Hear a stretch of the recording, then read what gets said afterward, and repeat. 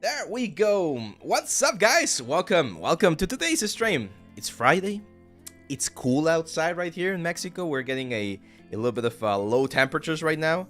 And I'm really happy because we are going to be working on this thing right here. Look at this beauty. So this is the Warhammer gun that we've been working for the past, like a month or something? A little bit more than a month, maybe. We did the modeling, we did the UVs, and now we're going to be doing the texturing. We're going to be working on the texturing for this thing. What time is it over here? It's 10 a.m. Hust 3D. You're in the UK? What part of the UK are you on? My wife really wants to visit Scotland, so hopefully we'll be able to go there in a couple of years. Amandib, what's up, man? All good, all good. Do you think I can achieve the same result as in Substance Painter with Quixel Mixer and Armor Paint, for example? It should be close, Alternative Play Studio, but I'm gonna be honest with you. Substance Painter is the, it's the industry standard for a reason, right? Like, people use this one quite a bit. Okay, so yeah, this is what we did. If you guys didn't see like this week's video, one of the things that we were focusing on was this part right here, which was the what's the word? The UVs, right? UVs. And the interesting thing that we did about this one is that we actually have 25 UDIMs. So these are a lot of UDIMs. It's a lot of like texture space, texture resolution, right? And we use Resum UV to pack everything together to get this into this nice like tight package here. You can see the UVs right here. They look quite nice. And I did this very quick test bakes on the whole thing. Now, because I know we're gonna get questions, can these UVs be improved? Yes, we can always improve stuff. So for instance, right now I can see that this piece right here has a little bit of distortion. See that? So that means that piece could probably be, again, like smoothed out a little bit more on the UVs. But in general, this is going to give us a good result. Can we work with lower, like textile density or lower UDIMs? Yes, it's totally possible to do that as well. Just keep in mind that the less textile resolution that we have, the less details that we're going to get. So Sarn is here as well. There we go. David's on the house. What's up, David? Welcome. So one thing that I want to like make sure that you guys understand about UDIMs, because we've been getting several questions on the YouTube channel, is that this thing right here, right now I actually have my texture set settings to 1024. Why? Because it's very heavy, right? So if I try to work with this at 4K, for instance, it's going to be almost impossible, and my computer, it's probably going to crash, right? So I lowered this to 1024. So if we think about this 4 squares, this 4 squares, this 4 squares, this 4 squares, this 4 squares, and this 4 squares, I'm actually working with 6K or 6 4K textures, okay? Like if you count the amount of textile resolution that we have right now, this 25 1K UDIMs are the equivalent of working with 6 4K UDIMs, okay? It's pretty much the same thing based on the amount of resolution. At the end of the texturing process, I can actually go in here and change the size to 2048, and this is going to bring it all the way up to, what, 12 4K UDIMs, which again is going to be quite a bit, but it's going to give us a nice result. Let's see, can we see the difference of UV in Maya before importing? Oh, it's the same, it's the same. This works exactly the same. Like the way you're seeing it here, that's the way it looks inside of Maya. Hamster, so it depends, man. If you're showcasing your modeling like skills, you might want to model the inside as well. But if you're just doing like a game prop or something that's just gonna be like the outside, you can just do like this like dark windows that they sometimes add to vehicles, and that should be more than enough. Okay, so well, let's start, guys. Let me just very quickly grab the reference. Should be here. There we go. So as you can see, we don't have a lot of information to go for. We have this like steel metal, we got this gold, we got a different kind of like metal here on some of the piping, and then we got the gold. That's all we have for this concept, right? Hust 3D, what's up, man? Welcome. So that's all we have for the concept, and that's what we're gonna be using to start the blocking process of our element. So I'm gonna start with the undermost layer, which is usually like a metal layer. So I'm gonna go and look for a metal, and I really like using this one. The metal brushed is quite nice. Also the metal sanded looks nice, but this one, the metal grinded, I really like this one because as you can see, it has a lot of like very interesting texture to it. Now here's the first tip, and we cover all of this on the substance course, by the way, guys, in case you want to check it out. But this right here is where we're gonna start seeing seams, right? Like that one right there. We might also see a little bit of distortion. I don't see too much distortion, as you can see right there. It's not as noticeable, but that seam is definitely noticeable. So what we can do is we can just change the projection here from UV projection to triplanar projection. That will change how the metal looks, right? Gives us a little bit of a different effect. I'm gonna set this to 2 on the tiling, so that the scale of the detail is a little bit smaller, right? A little bit closer. Maybe even we can go to like 3. There we go. That looks even better. And we're gonna be able to have a very nice base here for the metal. I'm gonna press Ctrl G, and I'm gonna add a black mask to everything so that we hide pretty much everything. And what I'm gonna do now is I'm gonna go to number 4. Make sure symmetry is selected on the x-axis so that we don't have to do this multiple times. And I'm gonna go to object selection mode, and following the map that I have over here, I'm just gonna start selecting all the pieces that should be metal. So this one, this one, this one, that one, that one, that one. Let's see, that little door. Oh, interesting. So this little door right here. Wait, what is? Let's try UB. There we go. That little door right there is also metal. And then this whole block right here. That thing right there. And that's pretty much it. Those are gonna be like the dark metal parts of the whole gun. Have a couple of questions here. Let's see. I got a question. Are you using, out of curiosity, NVIDIA Insight to inspect different aspects of a game elements? No, I actually haven't heard of that. I have to look that up, Sebis. Like, I know there are tools that you can go and check some of the elements, but no, I have not used that specifically. Why work with so many 1024s instead of just working with the 6 4K textures? That's a great question, Sergimus, and it's because this is something that I've heard and I've used in some of my projects. It's easier to load a lot of smaller files than it is to load a lot of bigger files, right? So when you're rendering, the render can go faster through a bunch of smaller files, like 1K or 2K textures, rather than loading in the very, very heavy 4K files. So it's technically the same in resolution, but it might not be the same in performance, okay? Let's see, how would you do spandex, let's say, for a suit like Duncan? There is a spandex material here in Substance Painter Solid Mango, so just use that one. There's a specific fabric that looks like superhero elements. Are you using? I will use it in just a bit for the detailing stage, but right now I'm not using anything. Now here I'm actually gonna add this object as well, because we're gonna be using paint on top of that, and we want to see the metal from below, right? So this one's gonna be let's call this base metal. Now let's go for a gold. Unfortunately, the gold that we get here by default, it's really, really bad. I don't like it. I have my smart material that I did for the substance course, but I'm gonna show you another way to do it. What I'm gonna do is I'm gonna go for another metal, and I'm gonna grab this again, this metal grinded, change this to triplanar projections again, and change the tiling to 3.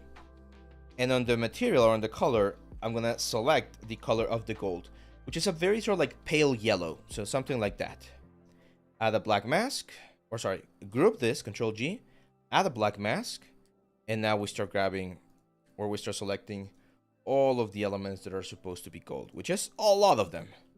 Do we have any Warhammer fan right now here on the chat? Because if we have, I would love to know a little bit more about, I think this is supposed to be the Imperium or something like that.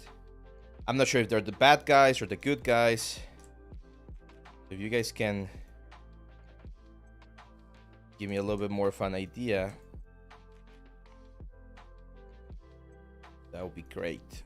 There we go. Okay, I'm gonna have to switch to UV here so that we don't get any contamination across the seams. There we go. Let's see. Hers says, I understand you have good knowledge in both substance and marmoset. I'm looking to bake my model in marmoset. What are the pros and cons of baking in marmoset? Marmoset is better, actually. Marmoset is way, way better in baking than substance. However, it does require a little bit more setup. Not too much. It's not horrible. But it does require a little bit of extra setup. And just for simplicity's sake, I did the bakes on this model here inside of substance. But it's better. If you can do it... Oh my god, sorry. If you can do the bakes inside of Marmoset, you're gonna get cleaner bakes, especially when you're doing very low poly meshes. If you have like really low poly meshes and you need to correct some of the bake, like distortions and things like that, Marmoset has way better tools than that. Let's see. For the Emperor, there's only one good side in Warhammer, and it's the Emperor of Mankensai. There you go. Okay, we got the gold casings here for the bullets. We got this things right here. This guys. And this is one of the advantage of modeling things the way I did, which, as you can see here, guys, is very sort of like modular, right? Like every single piece that's supposed to be separated, we separate it. Because if we do that, then this selection process for the basic layers becomes really easy. Really easy. We just click on stuff. We're literally just clicking on stuff to get these things the color or the shape that they should have. Go. If this was a low poly game, for instance, or like low poly asset that we were doing for a game, we would need to do an extra step, which is the ID maps, that would allow us to very quickly select all of the elements. But again, in this case, thankfully, we don't need to do that. Okay. There we go. Not bad. Mike, what's up, man? Welcome. Let's see. I ran into an issue where I did my bakes. They came out really nice. I tried plugging them into Substance Mesh Maps, and the items were linking across all the tiles. Make sure that the naming convention is right. That would be my first guess. Like, sometimes the name of the...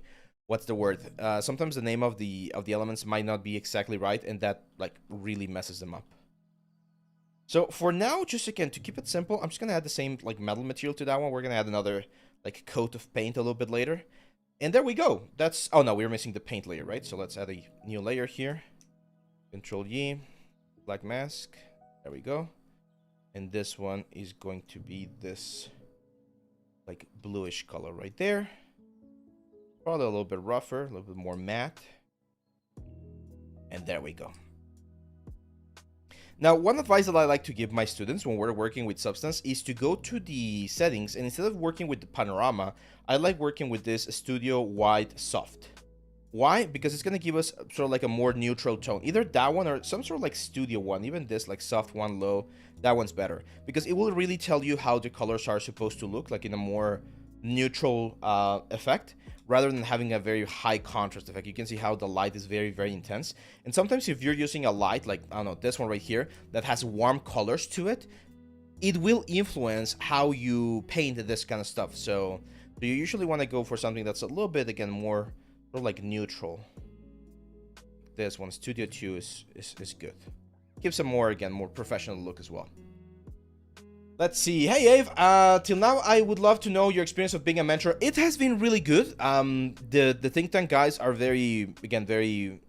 I don't know what the proper word is, but they're very kind. They're amazing. They've been like very flexible with all of the things that I need to do. I know that think tank has two programs. One is on site, like you actually go to the school, and the other one's online. I'm of course working on the online one. So with the two mentors or mentees that I'm helping, the whole thing has been really nice. So yeah, I do recommend it. It's of course it's a good investment of money that you're gonna have to do. It's not extremely cheap, right? Like things, education usually can be quite I don't want to say expensive, but it's a good investment for your future, right? So if you can afford it and that's an opportunity that you have for yourself, it might not be a bad idea to take it. Do you handle color spaces and PBR validate during or after? I do it after the texture process, Sergimus. So after I finish texturing, I'll of course check on the renderers, check everything that like the things are within the proper elements. Substance usually doesn't let you break stuff. Like you're not gonna be able to just like go outside of the PBR spectrum as easily. So as long as you keep yourself there, again, shouldn't be that much of an issue.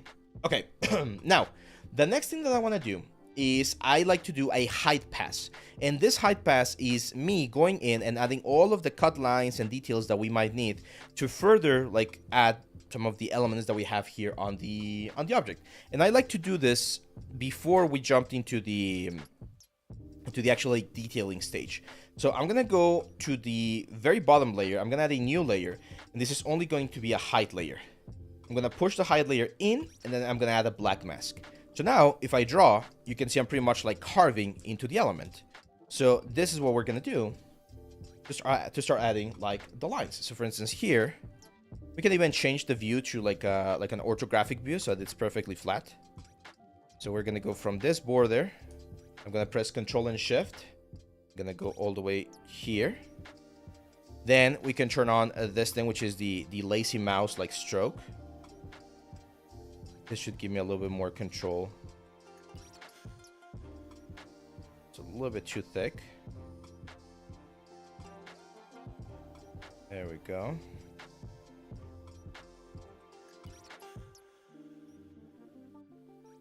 There we go, all the way to the back. Like that. I'm gonna turn it off again. That's called, it's a lazy mouse, very similar to ZBrush. I'm gonna add another line right here. And now this doesn't mean that that's gonna be the final sort of like intensity that I'm gonna have. I could have like a smaller intensity. And that's the big advantage of this layer, right? Because if I want this to make it a little bit softer, we can just like push it in a little bit, or like decrease the amount of like high that we have. I'm just keeping it high so that I can see what I'm doing. And we go over here. Goes forward. And then in this direction, goes like there. There we go. And then I'm gonna turn this on again to create a curve that blends there. And again, another advantage of this method is that I can just use black color to clean this up. So what I'm doing with this is I'm sort of like skipping one step from ZBrush, right? And instead of doing this inside of ZBrush, I'm just doing it here. One thing I can do, actually gonna push this all the way up, and I'm gonna add color. And just add like a dark color right now, just so that I can see where lines are going, and hopefully everyone else can see as well.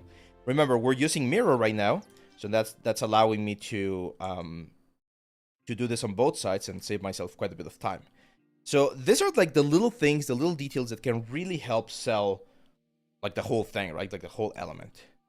Let's see. Is that feature taught on the substance course you have? I bought the yes, Evil Fry. We do talk about this like lazy mouse and the height sculpting. All of that is on the substance course. Juan Guerra, what's up, man? Welcome. What is your recommendation? Using PBR or not using? No, yeah, we use PBR pretty much all the time, Sebi. Like back in the day, we would use again, this is something that we cover like more in depth on the course, but PBR is a way that we do to make sure that the materials will look right no matter what light situation we're in, right? So let me go full screen here to explain.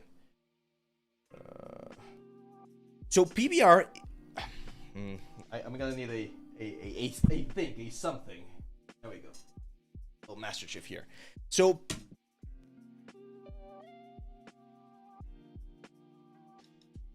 there we go. So materials, oh my god, this thing is gonna just be bouncing around. Materials in the real world react to light. The light bounces off the surface and it goes back into our eyes, right? That's how we see. In order for us to properly calibrate materials in the digital world, we use something called the PBR technique, which is physically based render. What this does is it makes sure that we calibrate the materials so that they can never go outside of the spectrum of amount of energy that they can bounce back. So let's say this light bulb right here is shooting 100 rays of light into this object, right? Well, it's impossible for this thing to return 200 rays of light because that would mean that this thing is producing light. So we use this PBR technique to make sure that the conservation of energy from plastics, metals, skin, everything works as nice as possible. Now, PBR is also sort of like derivated from another method that we used to have, which we still use, which is the specular glossiness, sort of like workflow. Specular glossiness, instead of using the metallic roughness element, defines the specularity of the object. It's a more scientifically and we could say more accurate element, but it's a little bit more technical and therefore it can be a little bit confusing from an artistic perspective. That's why we made the switch. This was like 8 years ago, where pretty much every single thing or every single like game, movie and everything is working with PBR because it's easier to just say, is this object metal or not? How rough is this object? And that's it. Like, you just define whether it's metal or not, and you define the roughness of the object. And if you do those two things, you're gonna make sure, again, by using the PBR method, that you don't break the rules of energy conservation, and that the object will look good no matter what light scenario you have on your production, okay? So, sorry for the long-winded explanation, but yeah, that's the reason behind, like, PBR. No, Mike, my friend, sorry, we just had the what's the word? We just had our like big discount of the year, which was Black Friday. You guys know we normally don't do discounts, and I know it's one of those things that that it's tricky, but I think, and you can ask anyone here in the chat, I think the courses are fairly priced. Like, we're not asking like $300 for a course or anything. Like, I think they're quite fairly like priced, and I do think they contain a lot of valuable information. So I know it can be a little bit of an investment, but I was like doing some calculations when I was fixing the prices. For instance, in the US, if you go to the movies for one like weekend, you can spend up to $40-50, which is the exact same value of the course. So hopefully you guys can understand that I need to keep the price at a good position there to keep this project going. And besides, we have a lot of like free content here on the YouTube channel as well, right? So you can learn a lot from the videos too. Let's see. Thank you, Gaming Chin Mei. Hey, I've been struggling to find a good gift for myself that my girlfriend wants to give me for Christmas. We usually know what gifts we're giving with each other. Do you have any ideas? I'm deciding between a Canvas 13 or a Maya subscription. If I were given that choice, Alan, go for the Canvas. Because I love Maya. I've used Maya all the time. But, like, there's other options. Like, you can use Blender, you can use ZBrush, you can use more stuff. So I would definitely go for the Canvas 13. I think it's going to bring you more value than Maya at this point, okay? So hopefully that helps. Let's see. Should we texture in the Material tab or base color? Base color. Your base color. Like, well, I mean, you can switch between tabs to see what you're doing, right? But base color is usually the way to go. A Little Mermaid or Ape tutorials. There you go, Casey. That's the question that we need to ask ourselves, right? Okay. So as you can see, by using this height like sculpting method, it's very easy to add extra detail to this gun that would take me a lot more time to sculpt. And that is pretty much just going to be visible on certain parts of the element. So for instance, here on the eagle, it also has like a couple of lines.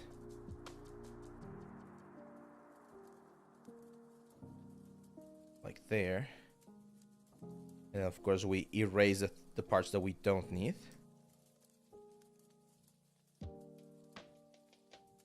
Go. If you want, we're gonna do a couple of more things in just a second, but we can use this like a height thing also to like exaggerate a little bit some of the lines. A very common thing is that people will do like similar lines following the shape language of the weapon. That's also another like technique that we can follow.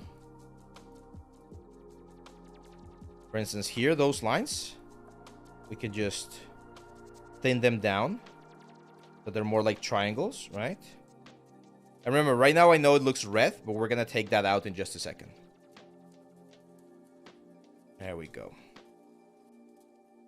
Okay, cool. So I like how this is looking, but now I'm gonna go to my brushes here, and I'm gonna select some of the like fancy sci-fi alphas that we have to give all of the bolts something like a little bit different, because I feel like they do look a little bit flat.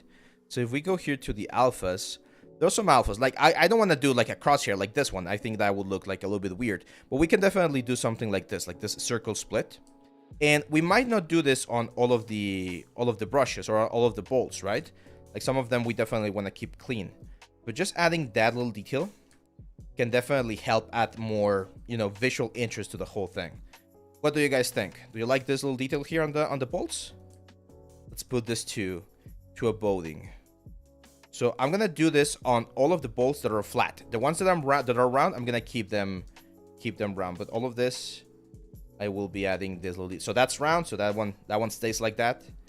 But the ones that are flat, I think they would look nice with with this little extra detail.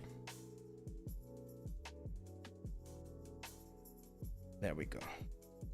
So it's just something, right, that again helps like solidify the whole thing. Same for like this area right here. I don't like when we have like very big flat areas. So we can look for some of the alphas. And there's people out there that sell alphas about like their own creations.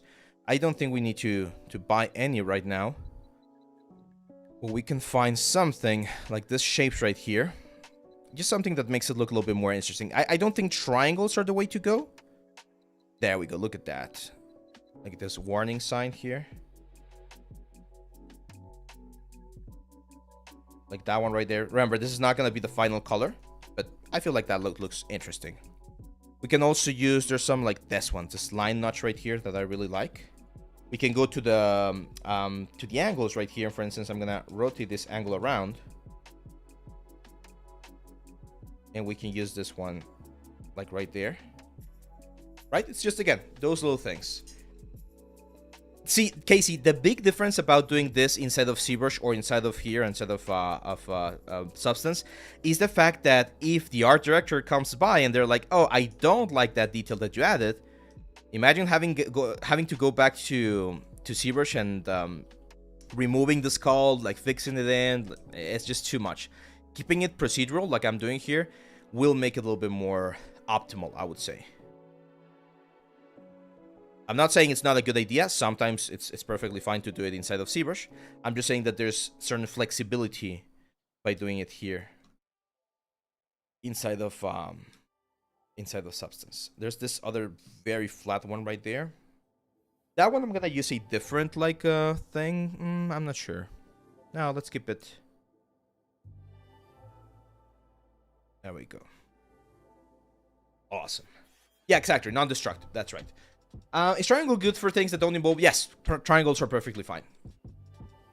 Triangles are perfectly fine. What should my portfolio include as a beginner character artist? Atharba, my suggestion for a character artist, you should have a male human, female human, a creature, like an alien or something, and like a monster creature. Like those four, if they're like to a very good level, can showcase that you can do pretty much any type of character, and that's a good way to have a good range in your stuff. That's hand-painted stuff, Tony. Well, not specifically hand-painted, but it's very similar. It's just a matter of, like, tweaking shaders. It's a lot about shaders. That's in the engine, so not here in the texturing. And it's a lot about, what's the word? Like proper calibration of colors. Like, making sure that the saturation is right, that the roughness is right. So, there we go. Let me save real quick. Oh, there we go. This thing is already saving there. I'm gonna save real quick. And what we need to do now is we need to start creating like the interesting layer effects that we would expect to see here on the gun, right? So I usually like to do this by layers. So I'm gonna go all the way down to the base metal layer, to this metal grinded, and as I've always said, guys, reference, right? So if we look for gun metal texture, we're gonna be able to see how guns behave and what kind of like damage or grunge do we get, right?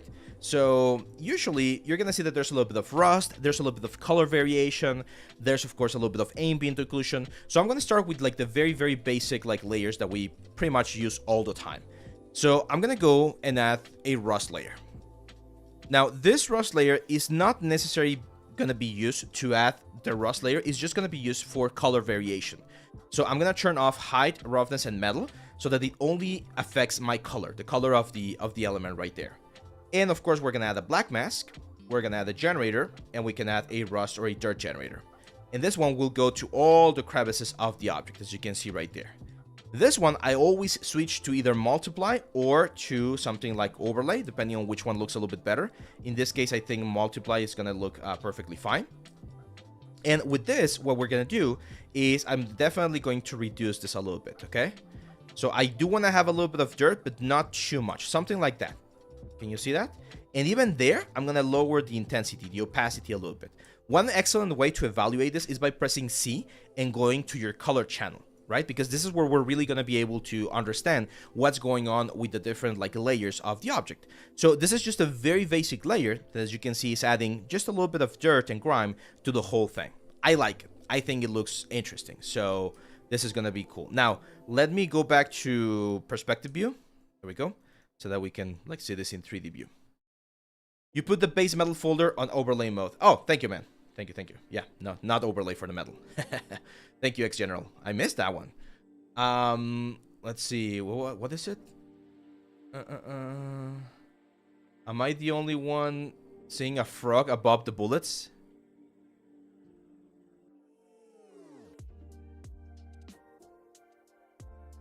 I can see it.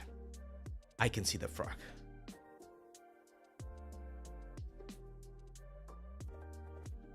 It's right there. Yeah. Let's go. Okay, so going back to the metal here, that's the metal rust, right, that we're adding. And now what I want to do is I want to change the hue of the metal a little bit. And for this, I'm going to use textures. So I'm going to use a fill layer, and I'm going to grab a very similar color to this one right here, to this blue color. Probably a little bit darker and probably a little bit less saturated, so something like that. And I'm going to add a black mask, and I'm going to use a fill layer. This one's going to be underneath the rust. So this one right here, I'm just going to call this color variation. And what I'm going to do is I'm going to use a texture, any texture. I actually have a couple of textures that I created myself, such as this black and white textures. But you can use black and white spots. There's one that's just called grunge. So for instance, this grunge plaster faded looks very, very nice. And look at what it does. It generates a very interesting pattern along the whole surface of the weapon. In this one, you don't even need to blend it. Just doing a little bit of just doing a little bit of opacity there will already add something that looks visually more interesting to the very sort of plain looking metal, right? And once we go back to metal, I know it's going to be barely noticeable, but it's going to be there. Can you see how there's a little bluish hue tint to the metal now? That's the kind of stuff that we want to try to pay attention to, because this is what really allows you to generate that complexity in your textures and not keep them as a very a simple or obvious gun. Now, one thing that I see is these little windows right there. They are part of the element, but I want them to be darker, so I'm just gonna add a fill layer here, just a black color pretty much. Add a black mask and select that thing right there. Right, so it pretty much overwrites the color that we have. We can even set this to multiply and just play a little bit with the volume there. On the concept though, and this is the attention to detail. Can you see how on the concept there's a little bit of a gradient? Right, there's a darker and then a little bit lighter windows. We can do that. If I just add a paint layer now, and I go for a soft brush, right, I can remove a little bit of the mask right there and add something that looks a little bit closer to the concept. So it's a good way to do this. This one I'm actually gonna set to multiply, so that it multiplies against only that little window right there, and that way if I need to fix it or tweak it a little bit, I can do it. Okay. And that is pretty much, we're painting depth in. Instead of letting the shaders or the lights do all the job, I'm actually painting a little bit of that depth in. And we can use that in other areas as well. So if I want, for instance, a little bit more darkness right here, we can do that. Okay. We can add a little bit of extra shadow on that area right there. We can add a little bit of extra shadow down there. This is up to you if you want to add a little bit more of this. I'm going to show you a layer later on that we can use to achieve a similar effect, but that's one of the things that we can do. And now we have one of our favorite layers, right? You guys know it's one of our memes on Portfolio Review. What layer are we going to be adding now? You guys know what layer this is. Can someone guess what the next layer for our metal is going to be? Very common one as well. I'm gonna start with this. I'm gonna do a metal. Let's do the grinded. Metal etchware. That's right. We're gonna go for a metal etchware. So we're gonna add a layer here. This one on the metal, I'm gonna make it a little bit lighter, right? Because it's the sort of the new metal showing up. I'm gonna add a black mask, and on this one I'm gonna add the generator, of course, and we're gonna add the metal etchware generator. And this will hit every single corner of our metal right there. Now, we have a couple of problems here. A couple of very common problems. I'm gonna set this to linear dodge so that we can see it a little bit more obviously. Actually, let's change again to color mode so that we can appreciate. And we have two issues here. First issue, it's everywhere. we got metal edgeware going pretty much everywhere, and I hate that. And I've shared this trick before. It's on the YouTube channel, it's on the course. We need to add something to break up this metal edgeware a little bit. So I'm gonna add another fill layer, and I personally like using, it could be a grunge, it could be anything, to be honest. And just add any layer, well, not that one. That one I don't think it's repeatable, but let's add this like grunge element right here. And we're just gonna multiply this grunge against the metal edgeware. So look at the difference, guys. This is the metal edgeware just affecting everything uniformly, and this is the metal edgeware affecting things by itself. Here's the trick. If you press Alt and click on the mask, you can see what the masks are doing. So this is the mask of the metal edgeware, just the metal edgeware affecting every single layer like it normally does. If we add this new layer, this grunge layer, it replaces the previous layer. So now we're eliminating the metal edgeware, and we are now adding this just grunge effect everywhere. But if we then multiply this against the other one, remember the layer behind it, this is a 0 and 1 layer, right? Black and white. So if we multiply this, hopefully you guys are not forgetting your math from high school, but if you multiply by 0, it just gets eliminated. So what we're doing is we're using this grunge right here to break up the uniformity of the metal edgeware. That's very, very, very important. And the great thing is we can actually play with the balance on the grunge layer to reduce this even more, to increase the contrast, to make it really, really sharp or really soft. And now look at how this thing looks, right? It looks way, way, way more interesting, because instead of having like very uniform sort of like metal edgeware, we have something that looks way, way more, again, like closer to what we would expect to see on a realistic gun, right? Like, we're not gonna have metal edgeware absolutely everywhere. Any questions here? Because this is one of those things that people get very, very curious about, like how to make this kind of like variations. I do think we can increase it a little bit more, just a tad bit. There we go. And one thing that we can do here, let's go back to material, is we can definitely turn on height information for this one. And on the technical parameters, we can push the height range down. Let's see, or sorry, the height position down. And what that will do, as you can see, it will sort of like carve out little pieces of the metal. Now, you don't want to do this like incredibly intensive, right? Like we wanna keep it a little bit simple, but you do want to push it so that we see a little bit of that sort of like effect being peeled away from the gun. And that's one thing that we can do to really make it look more and more interesting. Now comes the actually important part, because all of this that I'm showing you guys, this is again simple to do. Well, actually, I got a couple of secrets here that I'm gonna show you. Let me just check the questions. How about sculpting in Blender? What do you think about that? Which is easier to learn? It's both of them are easy to learn. If you check the site, Gaming Chainmai, I have the Blender course where we do everything inside of Blender except for the texturing. That one we do here inside of course, Substance. But yeah. Let's see. In my 3D program, I'm required to choose an environment to make. What would you advise me to look for when choosing an environment reference? Keep something, depends on the amount of time that you have. This is usually like 10 or 12 weeks. Keep something small. I would recommend an interior so that you can focus on the props and the textures and things like that. Because when you do exteriors, you need to focus on other things such as the environment, the landscapes, the foliage, and it's a different sort of like process. So I would probably recommend an interior and pick whatever topic you like the most. It could be sci-fi, it could be medieval, it could be fantasy, like whatever it is you want. Let's see. Jack Robbie says, I would like to start learning a texturing program. Should I start Mario or Substance? If you want to do mostly games, I would recommend Substance. If you want to do more advanced stuff like films and things like that, then it might be a better option to do Mario. I'm thinking about creating a 3D piece based on some artwork from Warhammer that has been done in 3D before. What would that fall under the category? Yeah, it falls under fan art. It falls under fan art. Yeah, go for it. It's fine. It's fine. Like, what you want is you want to make sure that things are unique, okay? Okay, so let's take a look at this, guys. We have two important problems right now. The first one is that when we added the rust layer, the rust did not follow these things right here. Do you guys know why? Why did the rust not go into the crevices of this height map information that I sculpted on this like a metal bit? I think it's the only metal bit that I have like information. I actually want to add a couple more here. So I'm gonna go back to brushes. I'm just gonna add like small dots. You usually see this again in like weapons, right? Like this.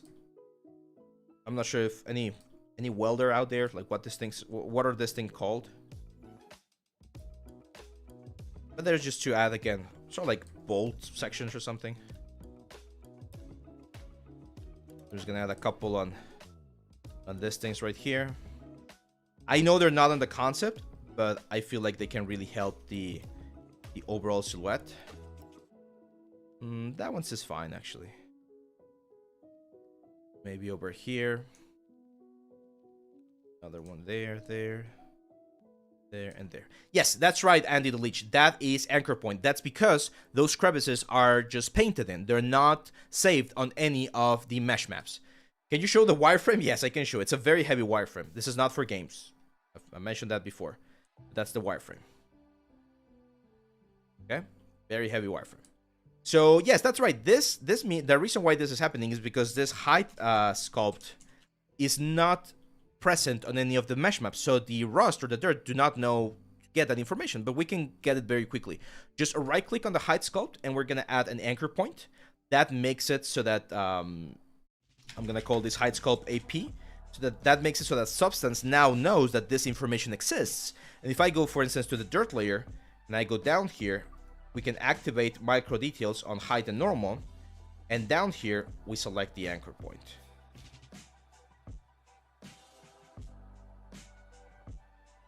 There we go.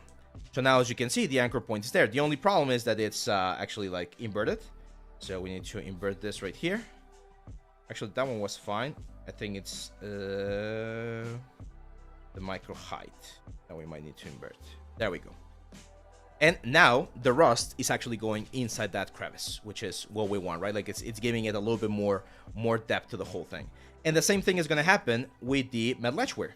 We want to make sure that the metal edgeware also hits that border a little bit. So we need to go to the metal edgeware effect right here. Select micro normal, anchor points, high sculpt. Micro normal, anchor points, high sculpt right there. And make sure that on the micro details, we turn this to on. There we go. So now, as you can see, the little round effects and the little like elements right there are being affected by the metal edgeware. And we get something that looks way, way more interesting. Cool, right? Yeah, it's very, very important, Casey. This is, again, another one of the techniques that you really need to know if you're building this like complex like textures. Now, the next thing that I want to do is I actually want to go in and I want to start adding a little bit more of a hand-painted effect to the gun. So I'm going to add a paint layer here. Go to my brush, and this is where I can start using my tablet. I'm going to grab like a very sharp brush like this one right here. Like Kylie Concept Fast Grass or whatever. The reason why this one looks interesting is because this is going to give me like a scratchy surface. And now I'm going to start removing, and with both colors, right? I'm going to use the letter X to... Hey. Why is it not color white? Oh, wait, no, that one's actually not going to work. It doesn't allow me to flip between colors. Let me try another one. Oh, let's try that one, Dark Hatcher.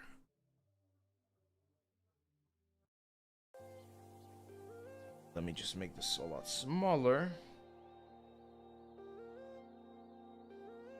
Size. There we go. And now I can start adding that and pressing X. Hey, why is it not working? Am I selecting something wrong? Oh, sorry. Those are like called PS brushes now. We're gonna have to grab this one. I feel like I'm doing something wrong, and I'm not sure what it is. But anyway, what we want to do here is we want to manually either add or remove some of the details that we have. So for instance, it doesn't make sense to not have like metal edgeware damage on this like lower side. So I'm gonna just start removing that. Then we can select the same element but just a black color and remove a little bit. There we go. And this is what really like separates the texturing process. Like someone who's been doing this for a long time and someone who's just starting like Substance. The fact that we can go in here and really decide where to add and where to remove this kind of stuff. The best like advice that I can give you with this is make sure that you go for areas that make sense that are going to be damaged. So that part right there, the thumb is going to constantly be sort of like scratching against that surface, right? When you hold the gun and you stop holding the gun. So that's a good place to modify or to add a little bit of metal edgeware. This part as well, like if you're going to be adjusting the side, you might be touching this corner right here. So it might be a good idea to, again, like add a little bit of metal edgeware on this area. Okay. And make sure to remove metal edgeware from the areas that doesn't make sense to have metal edgeware. So all of the areas that don't usually get exposed to something like hitting it, just remove it, because they're never, like, the damage is never going to happen like under there. So let's get rid of it. If you want to add like a little bit of damage here, that's fine. But be very mindful about where and how you add this metal edgeware, okay?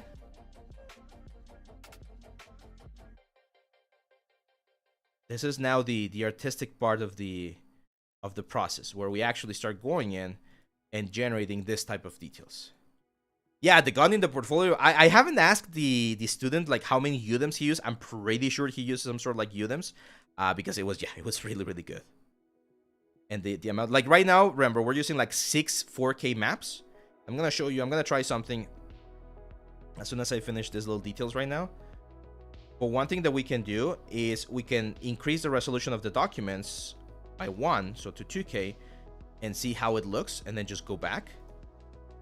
But hopefully you can see how, again, we're trying to add a little bit of story to this thing right here. Does that make sense? It does, right? Hopefully it does.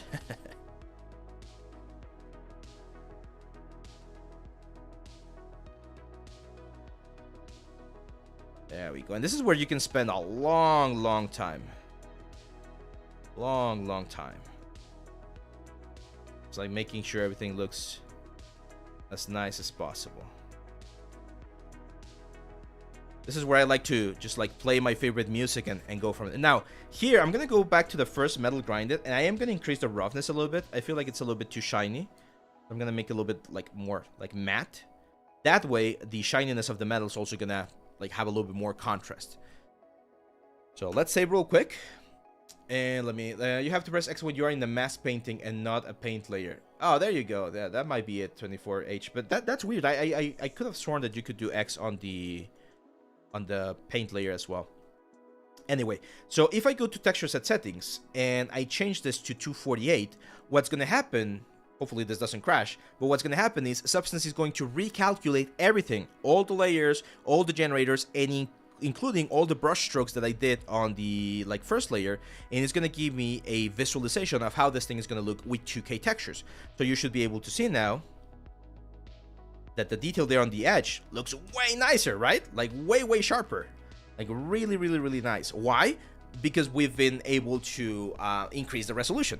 However, I don't like working with high resolutions, especially now that I'm streaming, because it might crash. It's too much like texture memory that is it's trying to load. So I'm gonna go back to 1024. But you can sort of like be sure or rest assured that when you export all of these things in 2K, it's gonna look very nice. Okay. How can we mix the 3D modeling with AI? I don't use AI too much. I've used it a little bit for like image generation just to get an idea around. I haven't really tried 3D modeling, but what I'm guessing is going to happen in the future is that simple assets are going to be generated with AI, like a box, a crate, a barrel, a door, and you're going to have to do things like retopo, resculpt, similar to what we do with photogrammetry right now. So it's not going to go away, like what's the word? AI is a reality, so it's gonna remain here. Okay, now I want to add a cool little detail here on the back side of the element, like a little bit of a texture. Let me see if there's an alpha for that. Like that barcode looks interesting, but there should be some sort of, yeah, even this dots right here could work. And I'm gonna do that on the hide information. So let's go to the hide setup. All right, actually, those circular dots. I'm again gonna change this to orthographic view so that we can see this like from the back. I'm going to rotate the brush.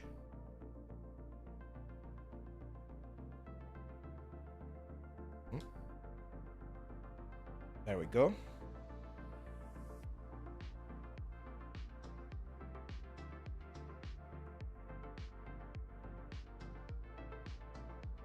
that one.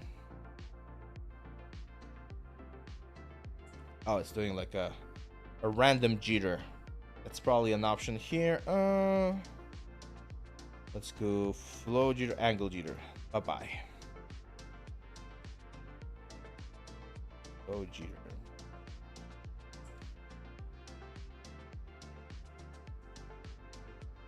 Why is it doing this? Flow size. Jitter. That's a little bit better.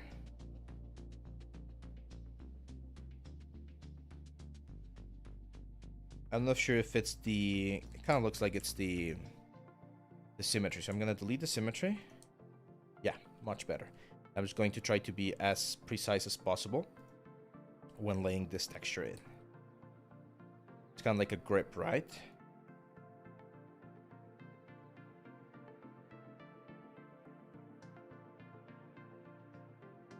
Again, keep in mind that this is going to look way, way better once we go into 2K.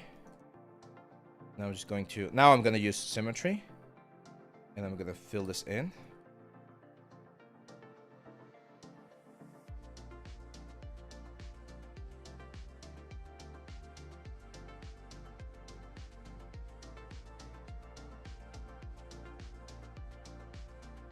Okay, there we go.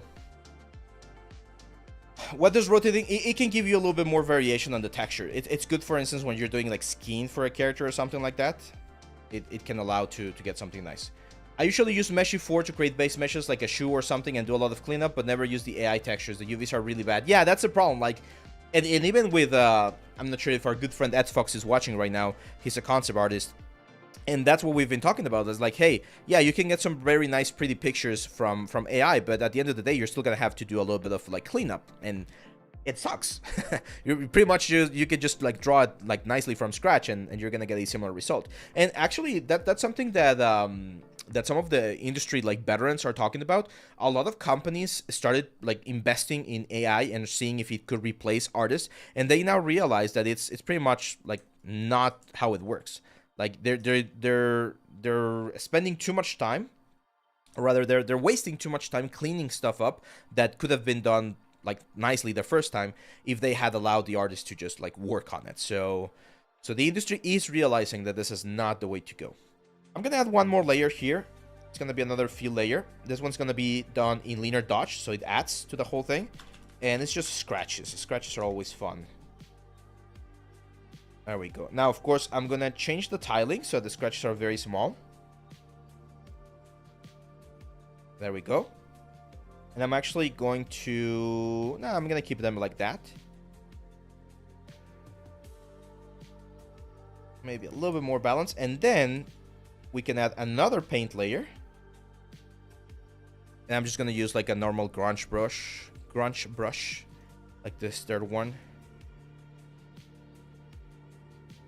And set this to black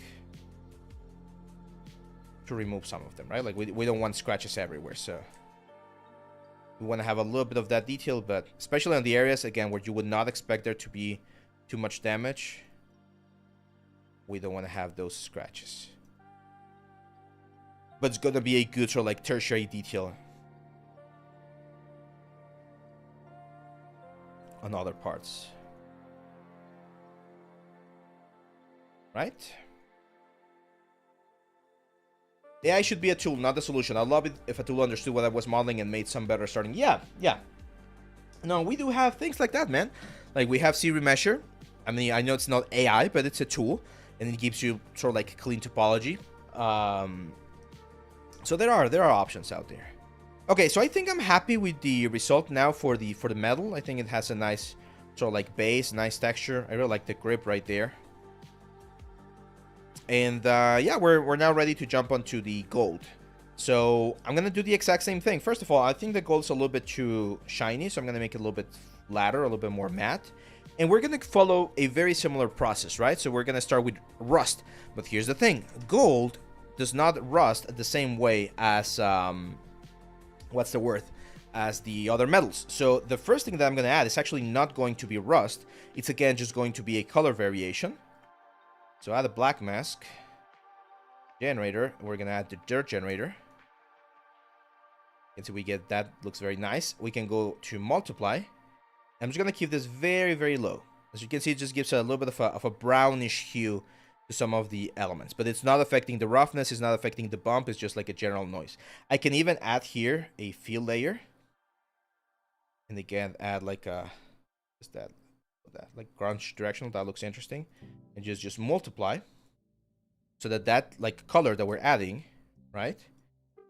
It just gives a little bit of variation everywhere, right? So instead of having a very sort of like plain looking gold, we had a little bit of like, again, color variation. Here I'm gonna go something and do a little bit crazy. This has to do with color theory, right? So if you take a look at the color wheel, which by the way is wrong. I'll talk about this on another course that I'm planning for the future, but this color wheel that we know, it's actually a little bit wrong. There's a secret to that.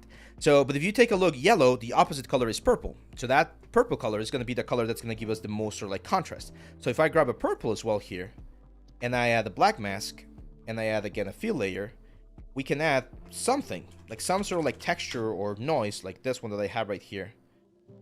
Just like Cracktole paint, there we go. And if we do this, and we set this to multiply or to overlay, it will remain, or it will keep some of the colors. Of course, we bring this down, right? But it will just like punch and make sure that the color looks a little bit more interesting. Now, very important, this one, just color. So we turn everything else off. We might even leave this on normal, to be honest. And just adding a little bit of purple there, you can see how it changes the perception of the whole thing. I'm going to change the tiling on this thing, make the size a little bit smaller. And then we can add another thing, like a metal ashware or something like that. But the cool thing is that we can use those colors to influence how we perceive the materials. So just having, look at that, just 15% of this like purple sort of like a crackling noise, and it changes the way the whole thing looks, right? Instead of looking this very saturated, intense yellow, we're going to be doing this right here. Oh, you're going to see, guys, we have a lot of stuff planned for next year. I know we're almost at the end of this year, but for me at least, and of course for David as well, we're not seeing December as a slow down month, but rather like a ramp up month, so that we can launch 2025 with all the strength. So yeah, color theory, I mean, just a very basic thing about color theory, there's this thing called complementary colors. So if you like look at the color wheel, the color that's on the opposite end of the element is the color that's going to complement the original color the most, because it's so far away from it that it really makes both of those colors sort of like take central stage on the whole thing. Actually, one thing we can do here is let's go back to this multiplied node right there, and instead of this being like this, we can go purple. Now, it doesn't have to be hyper saturated purple, just a tad bit, okay? Like don't overdo it. It's just a tad bit of like color information there, but that's gonna make sure that the object looks very, very interesting. Okay, so even something like that looks a little bit brownish, that's more than enough. And then we can play again with opacity and see how that looks way more interesting, because yellow and purple, they complement each other. Have you used stream and tile sheets? And yes, trim sheets, you mean? Yes. Atlas I don't use as much for objects. I use them for like foliage and things like that. But trim sheets, yeah, those are very common. Am I like young Santa waiting for the 25? Not me, but my kid now. She's 3 years old, so she's definitely looking forward to that. Okay, now we can turn off the color. I mean, we can keep this sort of like dark color right there, but to be honest, we're gonna use rust as well. So again, using rust on this one, remember we need to use the elements right here. Where's this one? We need to use the micro details, so we're going to turn those on, and we're going to bring in the anchor point. There we go. And now the height anchor point, we invert. There we go. So you can see now we're getting that little sort of like information on the crevices of the gold pieces. I still feel like the gold's a little bit too shiny. Just going to push the roughness out. Now, here's where, again, rust can play an important thing. So, gold doesn't rust, right? Like, gold has a property where it doesn't rust. If you have something that's gold and it looks rusted, then I'm sorry to say, it's not gold. what gold gets is it gets tarnished. Okay. So the tarnish, as you can see, is like this sort of like brownish, desaturated color that you can get on some specific jewelry. And that's what we can do for this one. So I'm gonna, again, go for like a metal. We can use this. It's gonna be a raw metal. So let's try... actually don't want to add too much texture. So let's just add grind again. On top of this. Add a black mask, add the generator, and add a dirt layer. And this one right here, like the base material, I am going to push the roughness quite high. And I'm going to change the color again to the same gold that we have. But then I'm going to turn it a little bit towards the darker colors and push it down. See that? So it kind of looks like, it's not, again, it's not rust. It's, what's the word? It's a different surface that gets and reacts with metals. This also happens with copper. Copper is actually my favorite metal. Copper, and you're gonna see that when copper rusts, it gets a blue hue. It's so cool, so freaking cool. I love copper. It's such a cool metal. And again, it doesn't, like, the rust from copper reacts and generates this, like, they call it a patina. There you go, gold patina. So you're gonna see that gold, again, it doesn't really rust. It generates this, again, like a patina. And that's the kind of stuff that we're going for, okay? So you can see that. It's going to be our patina right there. Quite desaturated, quite dark, quite rough. But it really helps generate like a very nice effect. Now here, of course, we need to decide how much of this patina do we want. That's going to be our dirt level right here. So I probably want to have a little bit right there. We also need to include, again, our micro normal and our micro height. There we go. And over here, micro details, turn that on. There we go. So you can see the big difference, right? And this is the super important part about constructing things in texture, right? Like thinking about the layers that we're building for our textures. Most people, and I see those all the time in portfolio reviews, they're just going to grab a pre-generated gold, throw it into the model, and they're like, there we go, we got gold. No, gold is a very complex material, so you need to think about how you're going to be building that material so that you can really get that interesting look and make things look way, way more realistic, right? X General, thanks for the follow, man. I also miss RVN Next Tuna. Thanks for the follow. And Cast22 up, Luna Mark. Oh, we got a lot of follows today. John Rivera says, love your teaching, man. Thank you, my friend. I love you too, random YouTube user. You know that meme from Megamind? Cut a piece of garden hose and stuff it in a copper pipe and toss it in your fire pit. The flames are so cool. They get green, right? Like you get like green flames, I think. Martin David, do you have a course? No, I don't think I'm going to be able to do a Mari like course because I don't use Mari as much. I will need to learn it. It will take me at least a year to really learn it and make sure I can teach you something valuable. But there's some other courses out there. Like No Man Workshop has some cool ones about Mari. Let's see. Okay, so now we need, of course, metal etchware. So I'm going to use this stylized raw metal.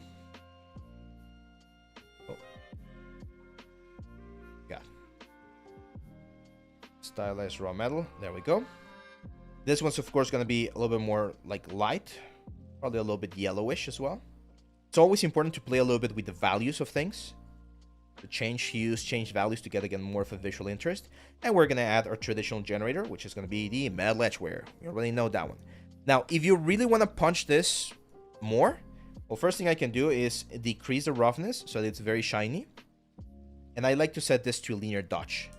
That really makes like the gold elements like pop. And we can make it a little bit wider. There we go. Now we do the same thing we did on the other one. So I'm gonna add a fill layer. Let's add like a grunge. And we're going to multiply this. Why? Because we want to make sure that we don't have like a super obvious like distribution. I'm gonna go to color to see this thing's a little bit better. We play with the balance there to just get a couple of like metal etchware effects in some areas, not everywhere, right? Very important here. Also on the metal etchware, we need to turn on our micro details. Go. We have this video, by the way, on the YouTube site. If you're not subscribed to YouTube, make sure to check that one, because we have a special, like I did a video, I think this was last year, called Anchor Points, and you can learn a little bit more about anchor points there. Abe, react to the 30th anniversary video, PlayStation. It's really touching. I'll see it. I'm gonna see it, but to be honest, I've never been a PlayStation guy. I'm not like any specific like a platform, but I only owned the PS1 back in the day, and after that, didn't really play like a PlayStation. I've been doing PC for a long time and a little bit of Xbox. So yeah, I might not be the target audience for that. We're gonna have a watch party, by the way, guys. I think it's next week for the Game Awards. So if you wanna like join in and have a little bit of a chiller like chat, because I know that the main chat gets like very, very crazy, we're gonna have one right here. Okay, so I think that's it for the gold for now. Like I really like how this is looking for again like a basic construction of the element. Look at the bullet there. Look at the tarnish effect there on the bullet. Looks really, really nice. So now let's jump onto the final one, which is going to be the paint. Gold, metal. I think I'm gonna try it, man. I think I'm gonna try Path of Exile. I tried, you know what game I tried yesterday? I tried the Marble Rivals one, which is supposed to be like the Overwatch killer. It was fun. It was fun. Unfortunately, the servers were sort of like dying because a lot of people were playing, but I had fun the few like matches that I was able to get. Okay, so here in the paint, we're gonna do something very simple. We're just gonna add a metal etchware on this thing. So generator, metal etchware. So that's the paint, and we're of course going to invert. There we go. Now here I'm seeing that we got a gold. Okay, you know what? We're gonna have to duplicate the base layer here. So I'm gonna duplicate this layer. Push it all the way to the top. Right there. There we go. So we get that like metal effect. I'm still probably going to push this a little bit lighter. There we go. Just a little bit more. Not too much, but just a little bit of grunge right there. And since this is a relatively simple piece right here, I think I'm just gonna do like the scratches manually. So I'm gonna add a paint layer. And again, following the concept, using my tablet, of course, I'm gonna start doing this.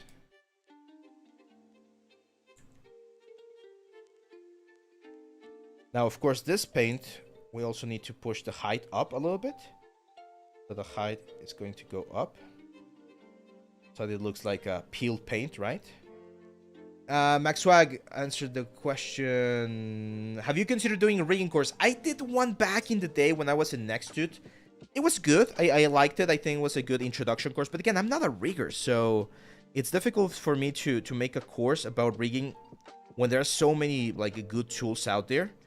But it's definitely an option. I might do some videos on YouTube though. Like I think it might be easier for me to do videos than to do a completely new course.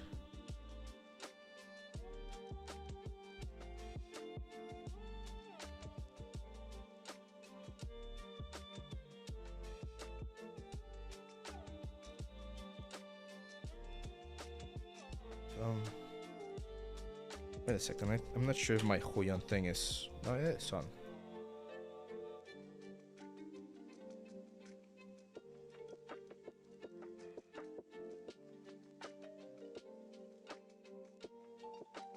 There we go. Yeah, Casey here is definitely going to be playing Path of Exile. He was mentioning it at the beginning of the stream as well. You guys think it's going to be like a big competitor to Diablo? Because again, I know Diablo 4 didn't have the best launch. Like there were a couple of issues, or at least people were talking about that. But I'm not sure if that got like solved. Nice jacket, thank you, man. It's just a simple jacket. But thank you, thank you.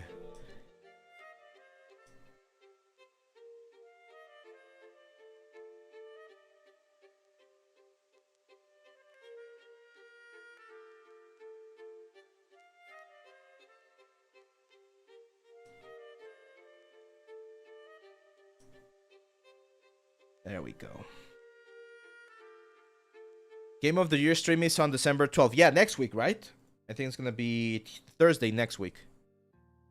Yeah, it's going to be a little bit... Well, it's going to be on the evening for me, so... So that's fine. Ah, no, I know why this is happening. There you go. That was my mistake. I was using a material as a brush for some reason. That was one of the things that was also making it heavy, I think.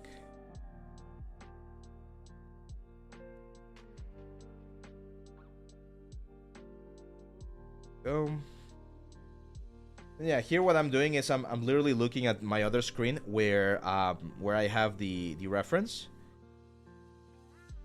And I'm using that as a guide to know where to add a little bit of this damage. What are my CPU, GPU, and memory specs? I've talked about this one before. I have 64 gigabytes of RAM. That's definitely helpful for this kind of stuff. I have a 3080 Ti for my GPU. I have a Ryzen 7. No, I'm not sure if it's the 5800. Yeah, Ryzen 7 5800X. So it's I built this like PC. I mean, this is like my Theseus ship, because I've been just like rebuilding and reusing things for a long time now. Like the case that I have right now, this is very funny. The case that I have right now, it's probably like 10 years old. Still like my old case. It has all my stickers and things like that. But yeah, it's I'll probably be doing an upgrade next year. At the end of next year, probably. Because I want to upgrade the CPU and I want to upgrade the GPU, but that's pretty much doing like a full computer again, right? So Blank Portrait, what's up, man? We are doing the texturing for this very cool looking gun. Warhammer gun. Now let's add some big scratches, but I'm gonna add the scratches a little bit differently. I'm gonna copy this layer right here. I'm gonna add a black mask, and I'm gonna add a fill layer. I'm gonna add the scratches. So instead of adding it on the metal edgeware, I'm just gonna have them on top of them, so they sort of like add up. There we go. Right, that gives me a little bit more control. I'm definitely gonna bring the balance down. I don't want to have too many of those, but they're just gonna like break up the surface a little bit more, and I feel like that definitely helps with the whole thing. Now here's one trick I really like using.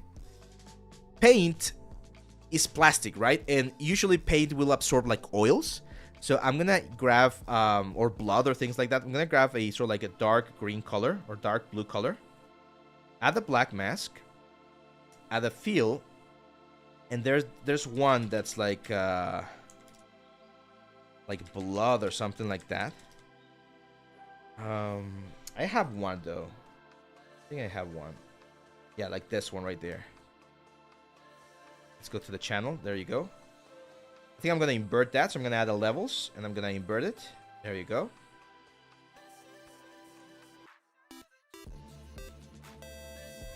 Like that. And then if we go back to the material, what I want those to be is I want them to be very, very rough. So that we can see the points right there. And then we can use something like, again, like an overlay. And play with the opacity. And of course, I don't want them everywhere, so I'm gonna add a white mask in this case.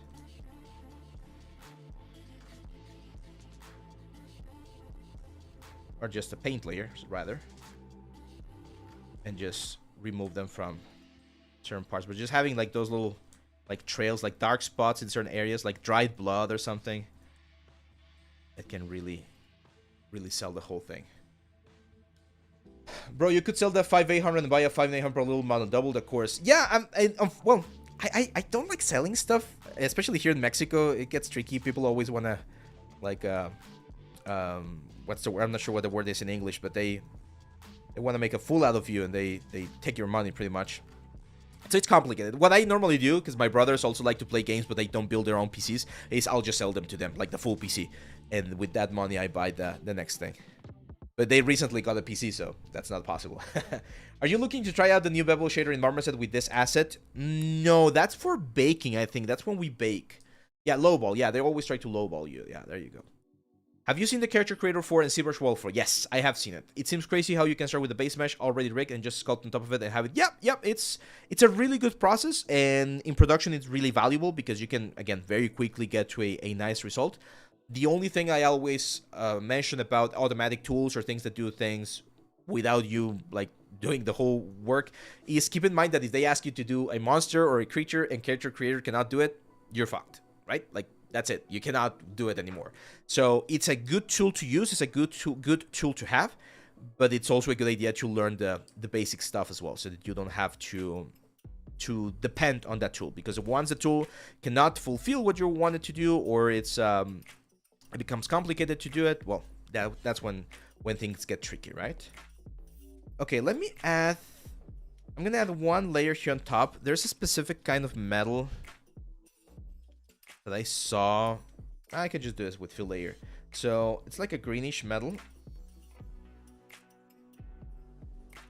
Add a black mask, and it's this little like thing right here.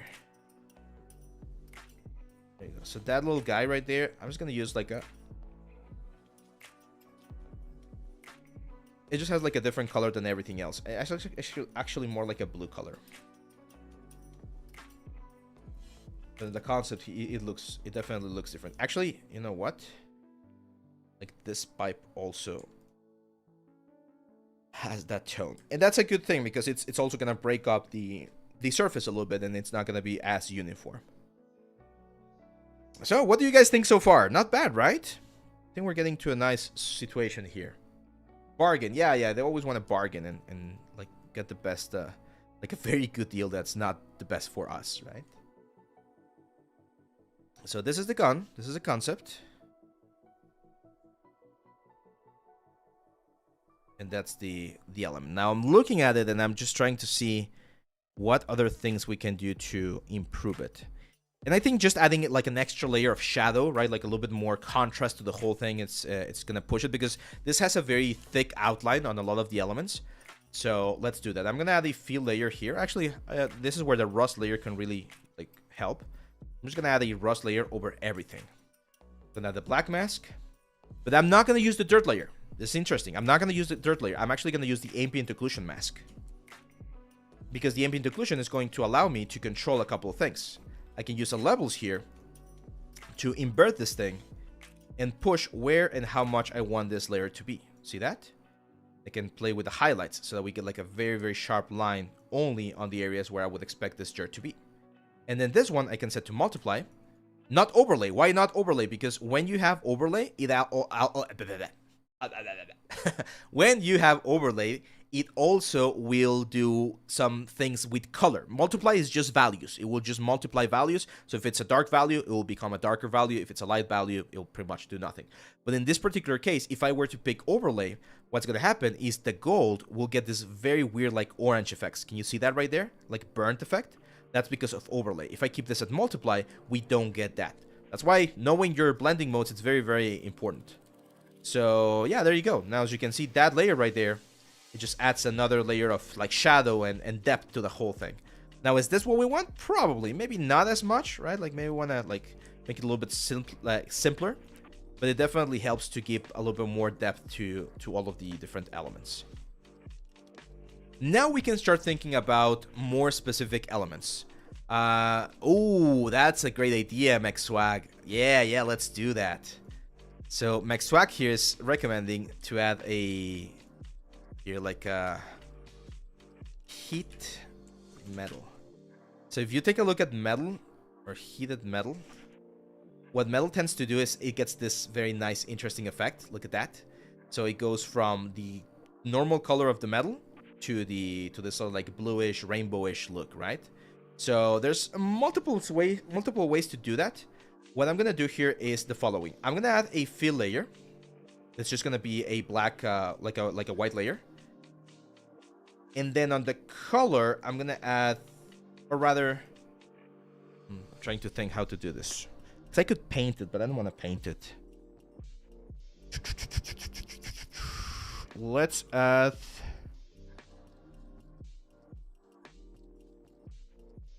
Yeah, no, a gradient should work here.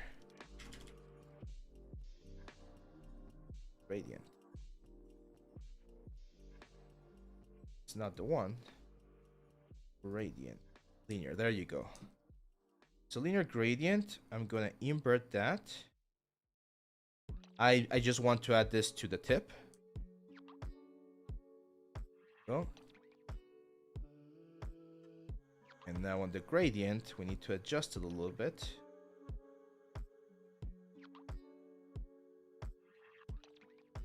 There we go, like that. So we go from black. If we check the colors, we go from black to white, right? That's what we want. Okay. Now that we have this, I'm gonna go to the element right here, to the color element. I'm gonna right click and I'm gonna add a filter. And it's only gonna modify the color. And I'm gonna be modifying it with a gradient right here. This one. So now I can replace the colors. So if I check the reference, the tip is gonna be like a blue color. So the white is going to be like blue color. The middle one is going to be like a reddish color. And then the last one's gonna be a yellowish, right? Like a brighter yellow. It's pretty much the same yellow, like this one, just a little bit brighter. There we go. Now, if we set this to multiply, well, first of all, this thing should only be affecting the color information. There we go. Not multiply, maybe just normal overlay. Really want to keep the blue though. Linear dodge.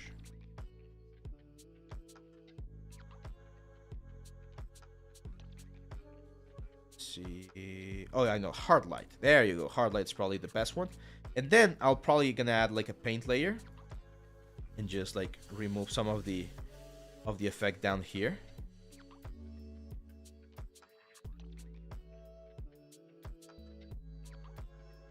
There we go. And I still feel like we can push the blue a little bit more, so I'm gonna add another layer here. Just color again. This blue color right here. Black mask. Let's change the brush to a smooth brush, a soft brush.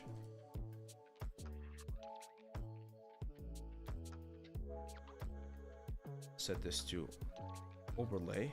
There we go. And here on both of them, we can play a little bit with the intensity, right? So that it's not like overwhelming, but it looks like the detail is there. After a few hours, the layers get kind of confusing. That's a good question. So I like to keep groups. So as you can see here, I got my 3 main groups. So it's the base metal, the gold metal, and the paint. So if I need to switch anything on those, I just go to each specific one of them. And then all of this, it is important to try to like rename them or group them. So for instance, all of this right here. What's this? That's the tube. So I can just like group all of this and just call this details, right? And that way we keep a nice effect. Now, the only problem here is that we might need to change this to overlay as well, that the colors remain the way we want. Like the whole group, so that it follows the same like blue colors that we had right there. But yeah, that's a nice detail. Great suggestion. Great suggestion, Maxwag. That's I think that's a nice addition there to the gun. Now here's where things get interesting, because we can definitely just keep adding more grunge and more stuff. Any Warhammer fan, like how grungy do these things get? Are they like really intense, or is this usually the level of detail? Because I looked at some like Warhammer weapons, and they do get quite grungy, but not too much, right? As you can see here in the concept, it's not too intense of a grunge, and I don't wanna over dirty it, right? Like you can see here, like materials and everything, they remain quite similar. What I might do here, and I think it might be a good idea, is just add a little bit of variation on the colors of some elements. So for instance, this grip right here could be slightly closer green to the handle, just so that we get more of a nicer effect. Maybe a little bit more peeling on the gold metal edgeware. Where is it? This one right here. Again, I'm gonna add a paint. And maybe we can go here, because a lot of this, like the final look of this thing, is also going to be like seen on the render. This is a good moment now, actually. That's a good something we can talk about. Once you have a good, let's say, advanced like texturing or layering on your element, this is where you show it the client, of course. You ask, hey, what do you think? Do you want more stuff, less stuff? Do we make it more damage or not? Like, this is where the feedback stage starts. You guys are my client right now, so you are the ones that that should be doing this. Yeah, I definitely need to get some water, Casey. Definitely need. I forgot to bring my my bottle of water. What's your usual plan for Christmas? Me and my family usually eat Texan brisket and potato salad. We get together and spend the night happy. It's a wholesome time of the year. What about you? Well, it's complicated. Well, before I got married, of course, I would just spend it with my family. But now that we're married, we need to split our time. So we found a plan where we spend Christmas with my wife's family, and we spend New Year with my family. That's sort of like the organization that we have. But for Christmas, a couple of years ago, Dungeons and Dragons made a cookbook. It's this one. It's called Heroes Feast. This one right here. It's a Dungeons and Dragons inspired cookbook. And in there is a ham. Honey ham. There we go. Honey ham with pineapple gravy. So I'm going to be cooking this one for Christmas. I did it a couple of years ago when I first bought the book. It's delicious, guys. It's freaking delicious. I personally really like barbecue and sweet food. There's people that don't like sweet like meat and stuff like that, but this one, it's freaking delicious. It's a honey ham with pineapple gravy. So you buy the pre-cut like what's the word? You buy the pre-cut like ham piece, and then there's like a whole preparation that you need to do to make sure that it looks as nice as possible and it tastes as good as it can. So yeah, this is what we're gonna do. So yeah, we just get together, you know, the gifts, Santa Claus, all that stuff, and then on the 24th, it's usually turkey. It's usually turkey. Satva, what's up, man? The orc weapons are rusty, but this one is golden, so it's like a real weapon, so it has to stay a bit clean. Yeah, that's what I thought as well. So we might need to go back into... I'm probably just going to keep it clean like this, to be honest. Now, as I was mentioning, this is a good plan or a good moment to go into the shaders and change the your HDRI. So we go from studio, and now we can start looking at how this weapon looks in different conditions, right? So for instance, I really like this Atelier one. As you can see, it's way more contrasty, right? There's this cave entry. It's going to look greenish. There's this Corsica beach that I really like, which is, again, more contrasty, a little bit more saturated on the colors. We got the Pine Attic as well. So all of this, just so that you evaluate the elements, right? And here's where someone was asking about this at the beginning of the stream. Like, at what point do you start checking your textures? At this point, I'll go into each channel and be like, okay, how are the colors looking? And to me, the colors are looking very nice. Like, we got very like balanced colors, like nothing is like overly saturated or overly dark. Usually with colors, a good rule of thumb is you don't want to have extreme whites or extreme blacks, because it's very difficult to control those later. So colors look good. Height information we're not going to use. Roughness looks good as well, but this is where it starts getting a little bit messy, right? Like it's very grungy. I feel like the roughness like over the whole thing, it's very messy. So I think I'm going to go to the gold, the basic gold right here. And I'm going to see if I can reduce the amount of roughness. I'm going to reduce the amount of slashes. I'm going to reduce the amount of grinding as well. There you go. And as you can see, what that's going to like generate is now the gold's going to look cleaner, right? And this is something that's very difficult to appreciate when you're working on the like full production or in the full like material like view, because you can't really tell that, right? So it's very important that you jump into the channels and see what's going on. Now, if we want the roughness to be like quite shiny, we can make the gold be a little bit more shiny. Not too much, but we definitely want to have a little bit of difference between materials so that when we see this, they really hold their specific shapes and forms.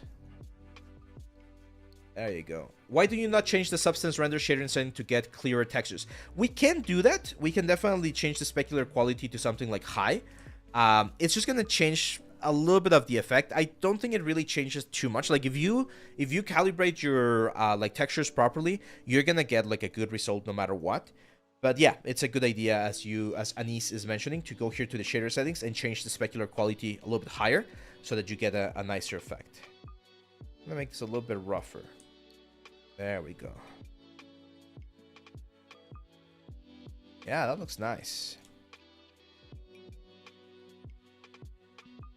I don't love this thing right here. I feel like it's too grungy.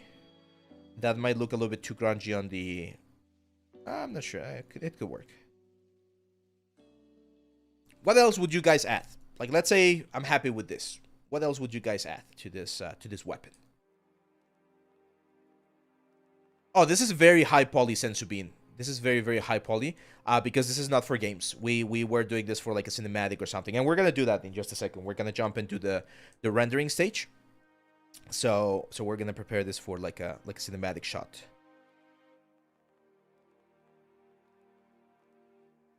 I think we're good here then.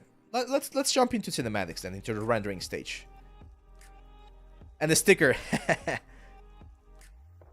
I don't think the Imperium would be happy having a sticker there. But yeah, I understand what you're going for, where you're coming from. Metallic red flame one? Metallic red flame sticker, you mean, Sevius? Some kind of deeper gash to break it up. Like a big cut. Yeah, let's... Okay, here's what we can do. One, let's call it trick that I like to do every now and then, is just grab a random texture. Like I got this like stone texture right here. I'm gonna grab this cracked texture. Oh, wait a second. I'm gonna grab this cracked texture right there. Just have it on the very top. And what we can do is we can try and turn a couple of things off. For instance, I'm just gonna turn off the color, the height. Color, height, and metalness. As you can see, that adds like a grunge effect to everything. And it might work. If I go to the normal information, I might be able to just bring this down. And that could be something that we can use to break the surface a little bit. Of course, we might need to tile this a little bit more. Right? Well, we can just play with some blending there. And as you were mentioning, Casey, we're going to get a couple of bigger gashes here and there. Then, we of course add a black mask. And maybe we just add a little bit of that effect in certain areas. Like, not everywhere, right? Like the beak right there, maybe down here. And that's a way we can, again, play with like the texture of things without really affecting a lot of the elements. Lepulg, thanks for the sub, man. Oh, wait, did I change? My god, I forgot to change this to the stream tablet. That's why the chat was not showing. On the rerun, it's gonna look like I'm just talking to myself. Yeah, so that's the kind of stuff that you might add in ZBrush, actually, right, Casey? Like, you might sculpt some of this detail in ZBrush. And that's my point. You can do this a little bit more procedural here inside of Substance, with the ability to change it later on if something doesn't work. One thing I want to add, and this again, I don't know. I might want to add just a little bit more rust in certain areas, but actual rust now. I'm going to add the black mask, or sorry, I'm just going to add another rust layer here. And I'm immediately going to add the black mask. And the reason why I want to add some rust is because rust is a very cool way to break up the color information on certain elements. Right? So just adding those little like bits and pieces of like a red color can really make the whole thing look a little bit more interesting. Remember, we're not going to add rust on areas that are made out of gold, because, as we mentioned before, gold generates the patina, not the rust.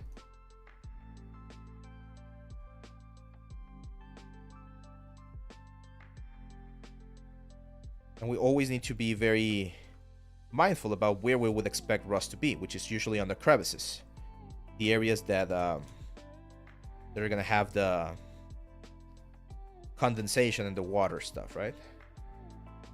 For instance, here.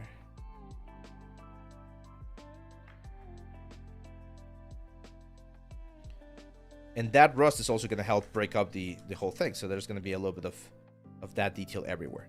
This area, very little rust. Why? Because this is the area that the characters are going to be holding the gun the most. So you would expect this area to be a little bit cleaner. But we can still add, you know, just a tad bit here and there. Yeah, the rust is definitely going to elevate the whole thing. Again, things that move or parts that move, they're not going to have as much of that. But we still want to add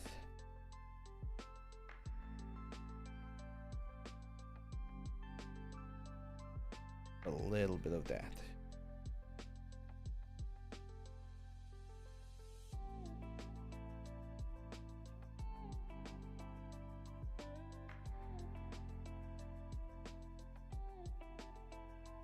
There we go. Yeah, not bad, right? Like that. Again, as someone was mentioning it, that's a little bit of character to the whole thing. Just a little bit of that extra effect. So, yeah, color looks nice. Roughness looks nice. Metallic looks fine. Normal looks fine. Normal height mesh, yeah. That's the mask that we're currently looking at. There we go. So, we are ready to go on to the next stage. I will keep all my hard surface bald in ZBrush from now on. No, you don't need to do that, Casey. It depends again on the production, right? So if you have a concept and it's a hero asset and it's something that you're going to be doing, or you know that the details are going to be very specific, you just do it in ZBrush. That's fine. But if you're doing it inside of, what's the word? If you're doing something that's going to be procedural and you know that there's going to be a lot of changes and things like that, you might want to do it in this sort of like production here, just to keep it a little bit more, you know, a little bit, give yourself a little bit more flexibility for this thing, okay?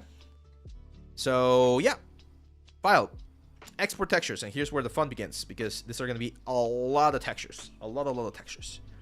So we're going to go, where do you guys want me to do the render? Should we do it in Arnold or should we do it in Marmoset?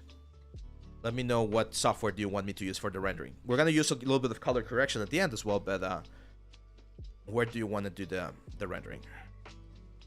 Let's go here. No, not there. Where's it? 2024 assets. Warhammer gun. Let's create a new group. Call this textures. There we go. Blender. Marmoset. We got 3 votes for. Oh, we should do a poll. Marmoset. It's probably. Khaled says Arnold, Marmoset. I kind of want to do it in Marmoset as well, to be honest. That way you can also see how strong that software is. PNG is fine. And this is the interesting thing. Look at this. List of exports. Look at how many textures we're going to get. 1, 2, 3, 4, 5, 6 textures for each of the 25 UDIMs. Now, on the output or on the settings here, I'm actually going to export the size in 2K. Okay, remember, we were working in 1K, but we're going to export at 2K. And I'm going to say export. And let's hope this doesn't crash. Is Marmoset worth it? Totally. It's a really good software. If you're going to be doing a lot of like freelancing and things like that, it's really good. If you don't want to pay a subscription for Substance, even texturing instead of Marmoset is really, really good. It's a really good software. Yeah. Something like this doesn't need ZBrush. Well, I mean, you can always use ZBrush, man. You can always add the ZBrush to the workflow. There we go. So let's save again.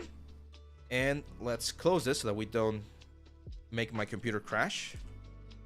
Let's go Marmoset. Yeah, as Rai V is saying, definitely worth it. How often do you use Aces? I don't use Aces as much. I mean, I will turn it on and see how it looks, Alexei. But the thing is, I don't do a lot of post-production. I usually just deliver like the models and the textures, and someone else does the rendering when I'm working in big projects. And when we're not doing big projects, when we're doing the VR stuff, it's all in-engine, and it's all for the MetaQuest 3. Sorry, my Spanish just like going through there. It's for the MetaQuest 3. Therefore, it's a Vulkan. So Vulkan, I don't think Vulkan has Aces. So we work with very, very limited like color stuff. Okay, so let's go again here. Warhammer gun, and I'm sure it's this one. Go. So the mesh looks fine, and now the material is that one right there. Now, as you guys know, they just added the option to do UDIMs. Let me just remember where this was. So for instance here, albedo, we select first UDIM. Look at that, beautiful UDIMs. Remember, these are 2K UDIMs. So there we go, open. As you can see right now, this is not working. Why not? Because this is not set up as a UDIM. Let me just remember where this was. Cast shadows, tangent space, mic.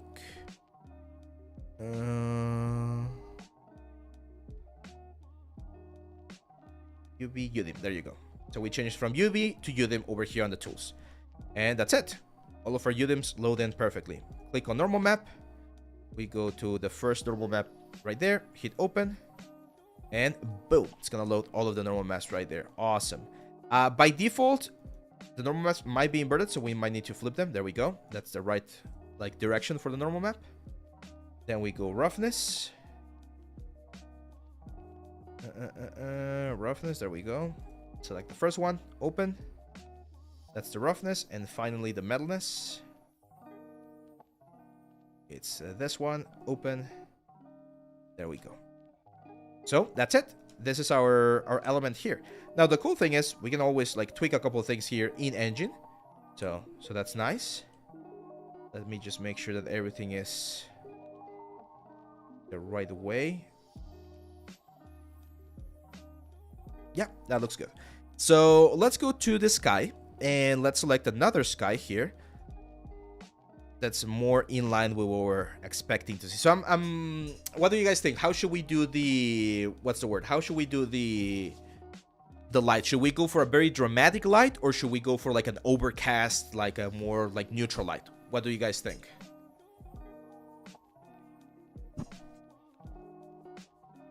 Should we go dramatic? I want to go dramatic. Okay, so again, reference. So if we look weapon, cinematic shot, we need to find something that looks interesting for a single weapon.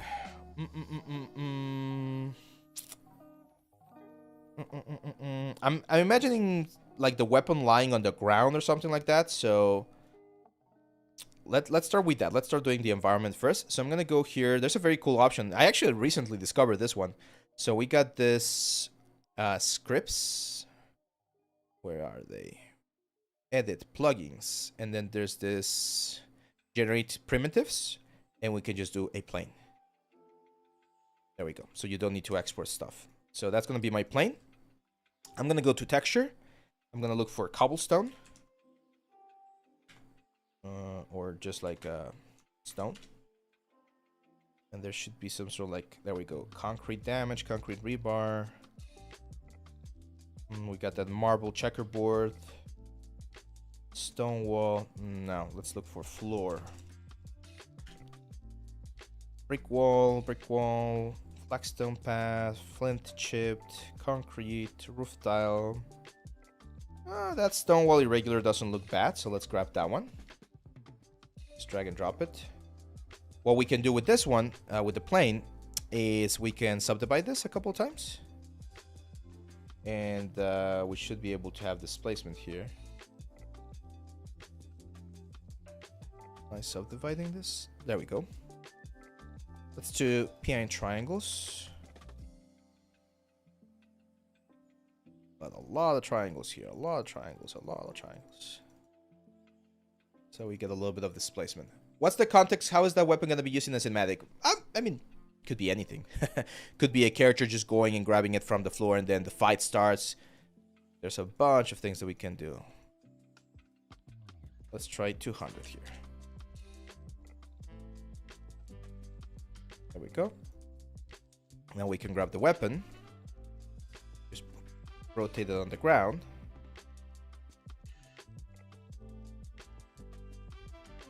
It's a very flat weapon, so it's probably going to be lying like that. And let's create a new camera so that we can have a very clear view of what we want. It's probably going to be something like that. Okay, so now we go back to the sky and we select a sky or something that's closer to what we want. Like this alley moonlight looks nice. Again, you guys wanted something dramatic, so we can go for something like this.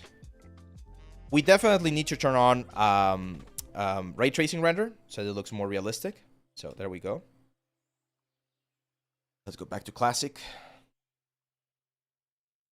We start getting our first sort of like effect here of light. There we go. Hey, Cloud Guy, how are you? Hey, thanks for the super chat, man. On wood. Wooden table. Yeah, wood actually sounds like a good idea as well. Let's see if we have some wood. Let me bring the music back.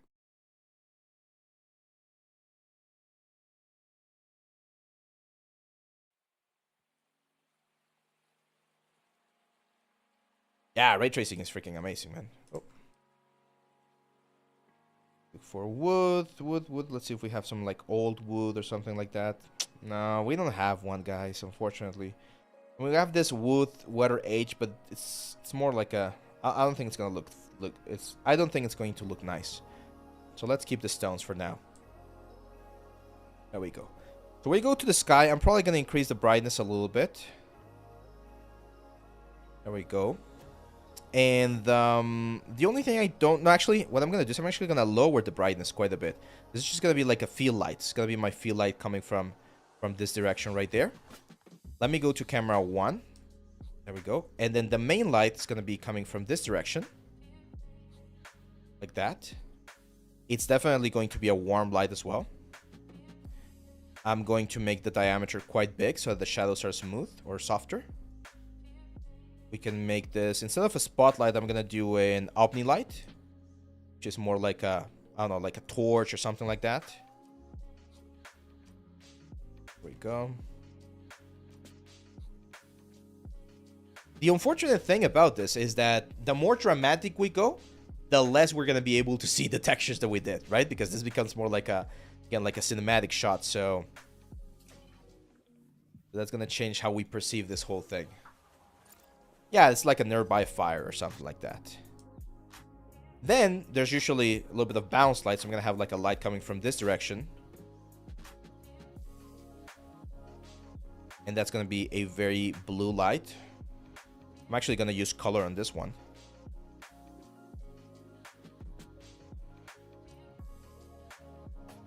Something like that.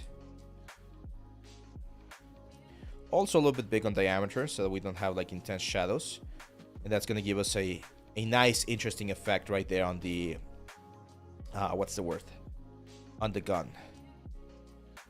And we're gonna do, we still have time, so we're probably gonna do two types of renders. We're gonna do like this cinematic one, and then we're gonna do like a more clear one. So with this now, something that's very obvious, but we can just add a little bit of fog right there. That one's always like a good addition for the overall vibe of the thing, right? Now we can go to the sky, and we can again play with the direction of where the light's going to be coming from. We can see how the elements are like shining differently there. And we can maybe either increase the intensity or decrease it. I think I'm going to increase it a little bit so that we can see a little bit more of that like reflection. There we go. Empress Tiramisu says, were you working on this during downtimes? If not, how long would something like this normally take? I did work a little bit on it. I finished some of the modeling that we were missing. Took me like another extra hour or two. Finished the UVs. That took me like 2 hours to do the full UVs. So I would say a weapon like this in a studio setting, you're probably going to get like a week to do everything. Like model and texture. Like 40 hours is, I would say, a good amount of time for something like this.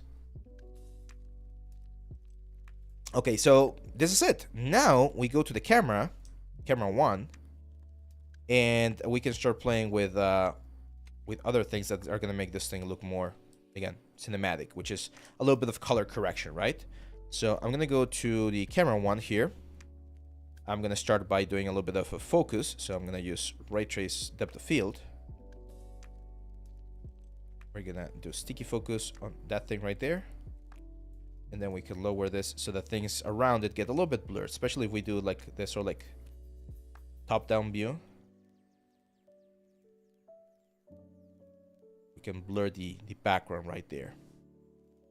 Yeah, this is Marmoset 5, guys. Actually, let me grab this light. I think I want to have it more on this direction. That. Yeah, that looks better. Let's go back to camera 1. We can add a little bit of vignette. This reminds me a lot of the Blender axe, right? It has like a very similar feel to the Blender axe. Let's see. I think the floor material isn't that good. The weapon and the stone seem to be the same color, and the background color it's the weapon. I agree. I agree. Let's try another one. Let's try a different floor. There was one that looked quite interesting. The one like this one, the marble checkerboard. Because I know that like the Imperium has like a lot of constructions and things like that, right? So let's try that and see how that works.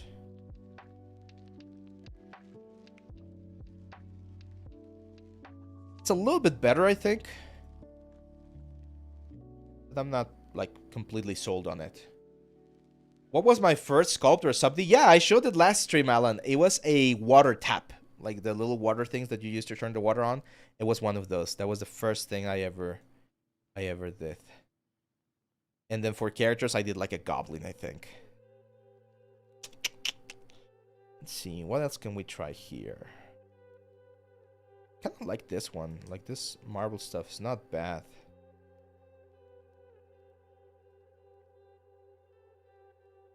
Maybe the scale is a little bit too big.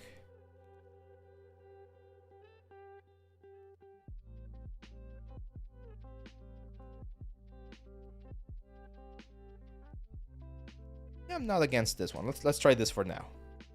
We'll adjust more if we need to. Sticky focus. That thing right there. There we go. So post effects. Here's where we can. Here, someone was asking about the AGX and the ACES. Here's where we can change this. This is ACES. This is how it would look if we were using ACES.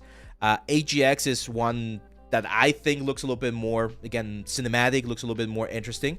So too bad you don't have some casings to scatter on. You mean like this one's right here? Yeah. I mean, we can get some, but yeah, I don't have any right now. We can play with exposure. AGX, I think, gives a very, again, like filmic look to the whole thing. But you can try ACES. Just like, again, play with the values a little bit. Linear, it's also a good one. Again, I think AGX is doing a good job. Yeah, of course, yeah. If ACES is like this, we definitely need to increase the exposure a little bit. 1.5. And probably like lower the saturation a little bit. Play with the contrast. Yeah, but no, I like AGX. I think AGX was looking nice. Let me reset this. There we go. The gun has already a lot of angles and squares aspects, and the floor has squares and lines. Maybe just turning a bit the gun so it breaks the line. Or let's turn the floor.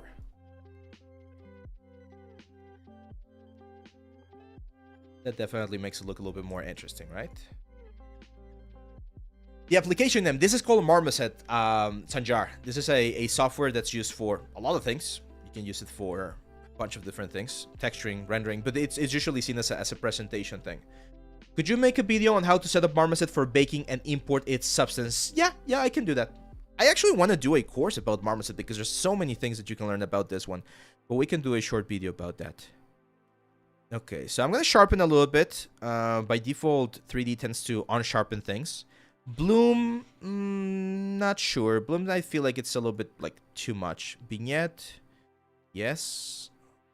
The vignette, very soft. I always like to have like a very soft vignette. Grain, I don't like, to be honest, but you can try like a little bit of digital grain. It's just gonna, again, give it a little bit of a different feel to the whole thing.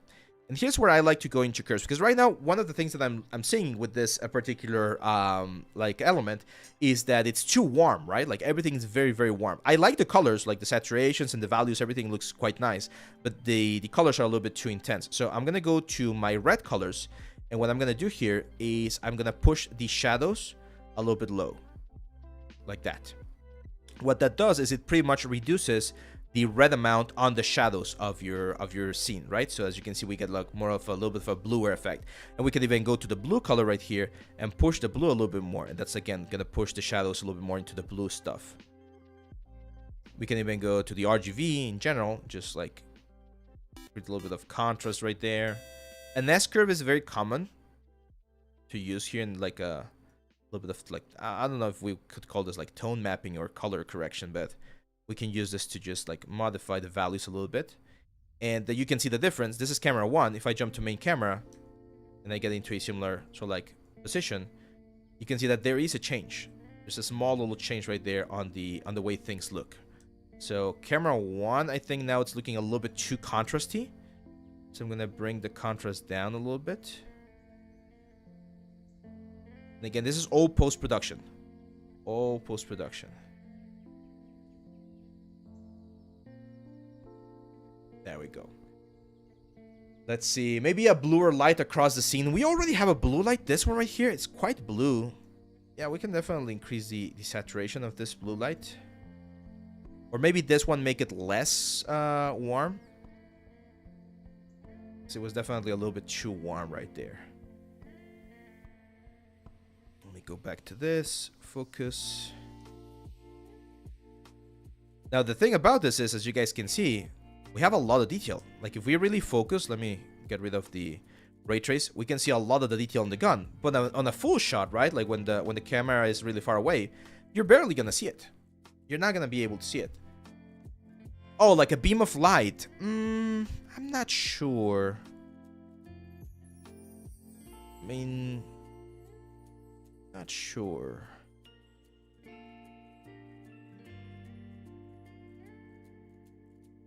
Can try it. I think it's gonna just overwhelm things too much.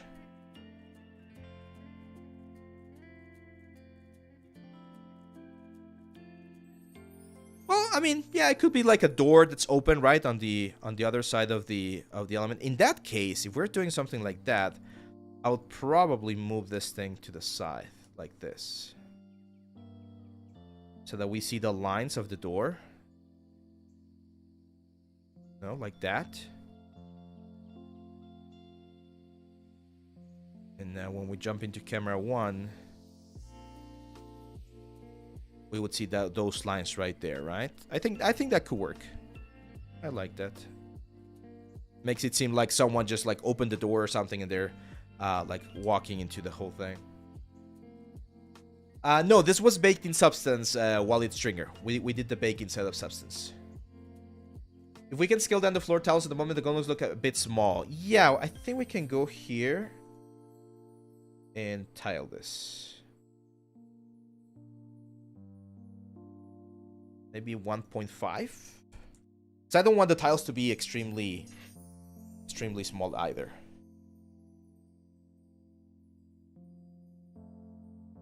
Something like that. Yeah, a little bit of storytelling, right? Now in that case, since this thing is gonna be hidden, I also might want to move the main camera, and instead of it being here, it could be like a spotlight from the top. Let's see, how would it look without it? That looks very interesting, but it looks too dark, so we definitely need something extra. Yeah, maybe something like this. Just bring the dark, like the brightness down. Yeah, it's a reason to see the details, right? I don't want to make it super obvious, but I also don't want to.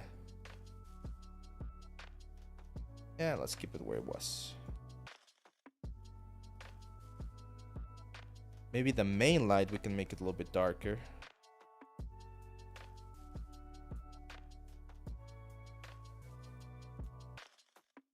Oh, there we go. That's what I wanted. I wanted to like minimize the sharpness of the door there a little bit. Now it's a little bit too blue, so bring the color back here.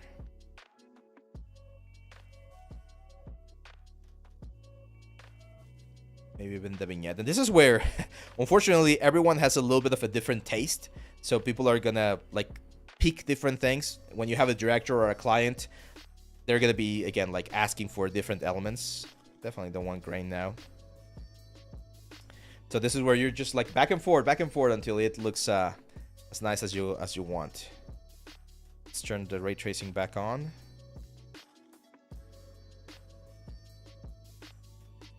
I'm gonna pop this out so that I can see the actual like full screen. We're about to take the picture.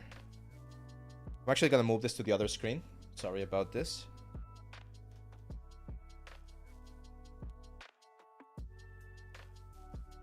There we go.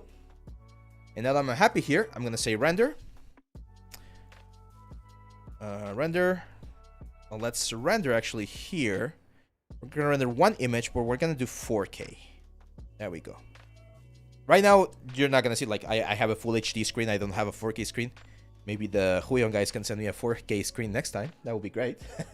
But this one right here is just a full HD, so I'm not gonna be able to see the full detail in my screen. But we can take the full image into the, what's the word, into Photoshop. So I'm just gonna say render, and let's say here render image.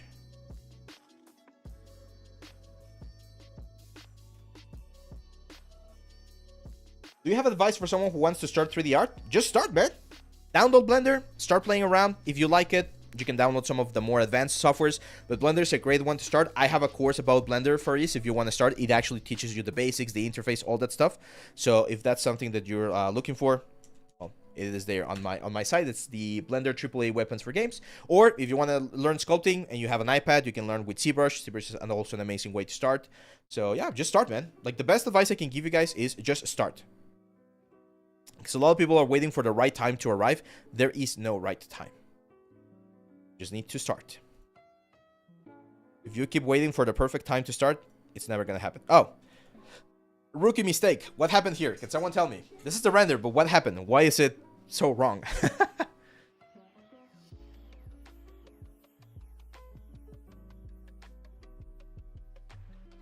Yeah, that's how it happens, Empress. That's exactly how it happens. It's like, oh, that looks amazing. Can we add this? Can we change the model? Instead of an eagle, we want, I don't know, a lion. Like, dude, I'm already finishing the freaking renders, and you want to change the initial modeling? So yeah, no. What I messed up is that I didn't select the proper camera.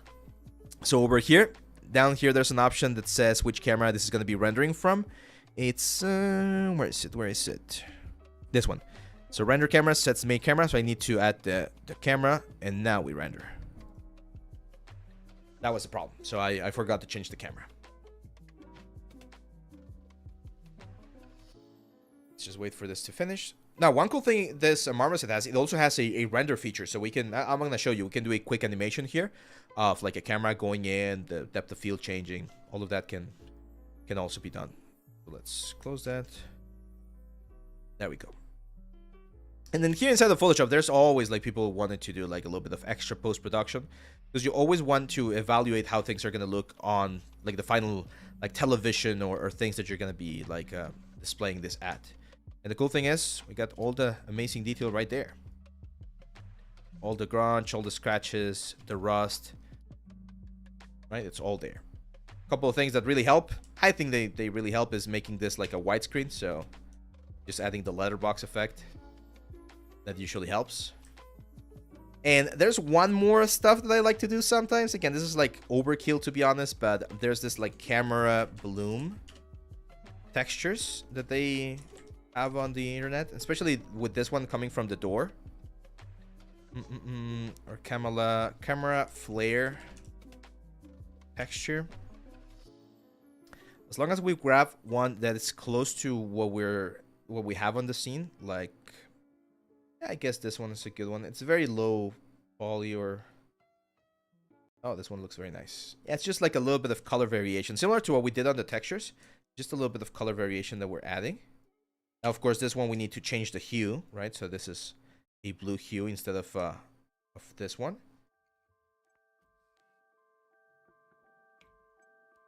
We can try like a soft light right there. Play a little bit with the intensity.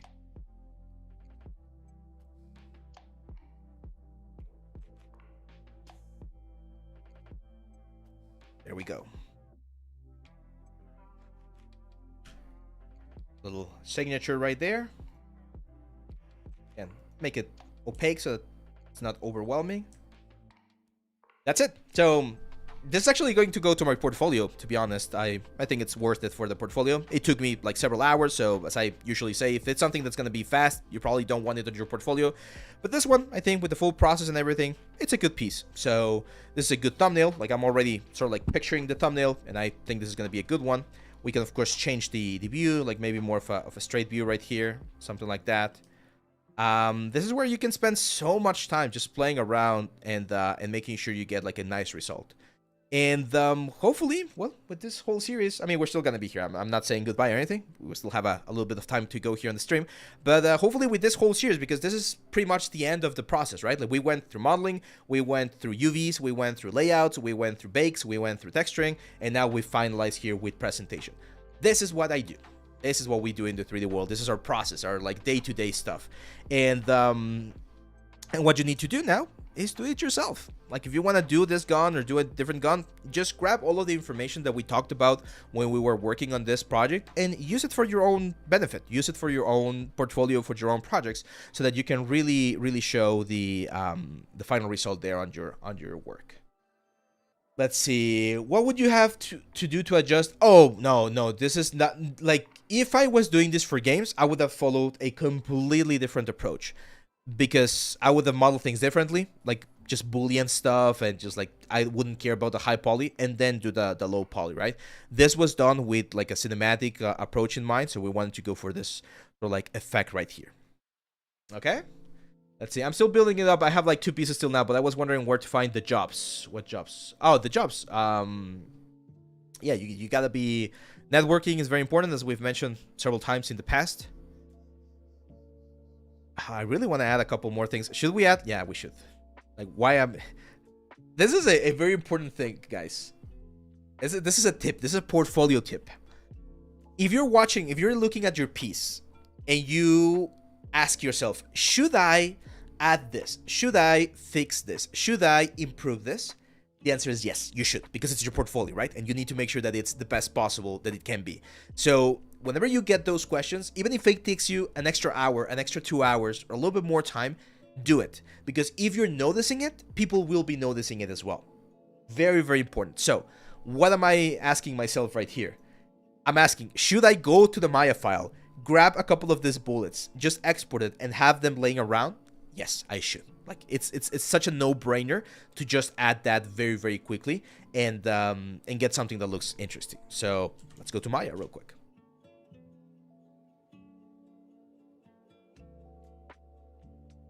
Yeah, and it's easy. It's one of those things that's really easy to fix, right? And I was talking to a student this last couple of days, and he was asking me about this. Like, I always feel like my stuff is not good enough, and I'm always very self-critical. You are the first judge of your work. Like, you're the first one that's gonna say, hey, does this work, or this doesn't work? Like, for instance, right now, like this crunch effect that I added on the top of the head, I'm not loving it so much. So I might just go into Substance, get rid or turn that layer off, and just re-export everything, and the render's still gonna be here. Everything is already connected and set up, so I don't need to do any extra job.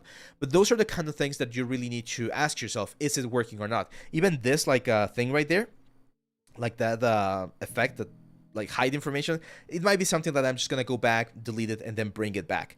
But it's very, very important that you are always the first judge of your stuff. Not in a way that's just gonna bring you down and, oh, you suck and I always hate all of the stuff that I do. Not that kind of judge, but you do need to be very self-conscious about it. And this is something we talk about this, David and I, we talk about this quite a bit after portfolio reviews. Unfortunately, there's a lot of people that submit things to portfolio review that you should not submit. Like, it's just like, why are you submitting this?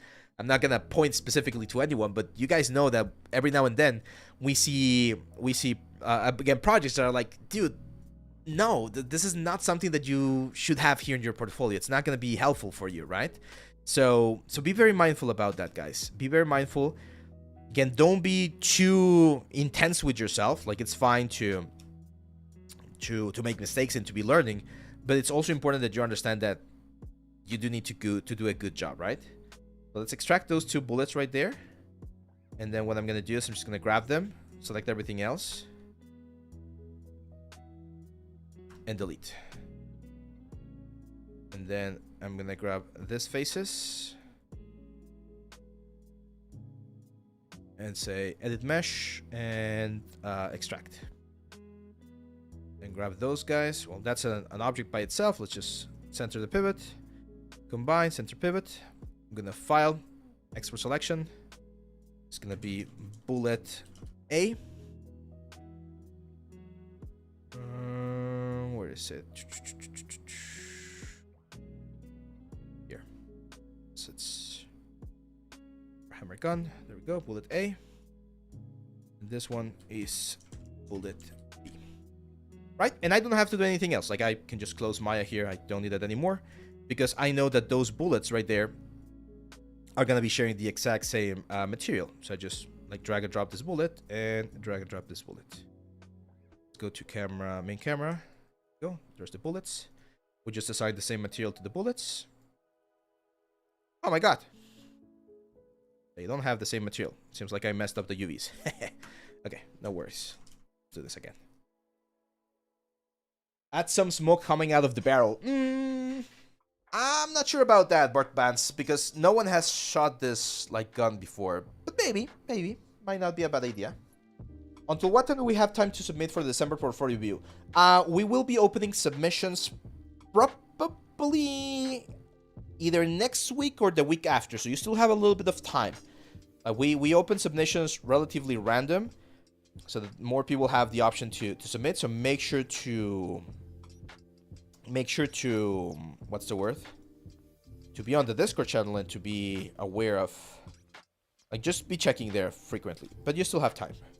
Like, portfolio review for this month is probably going to be on the 20. Probably going to be on the 20.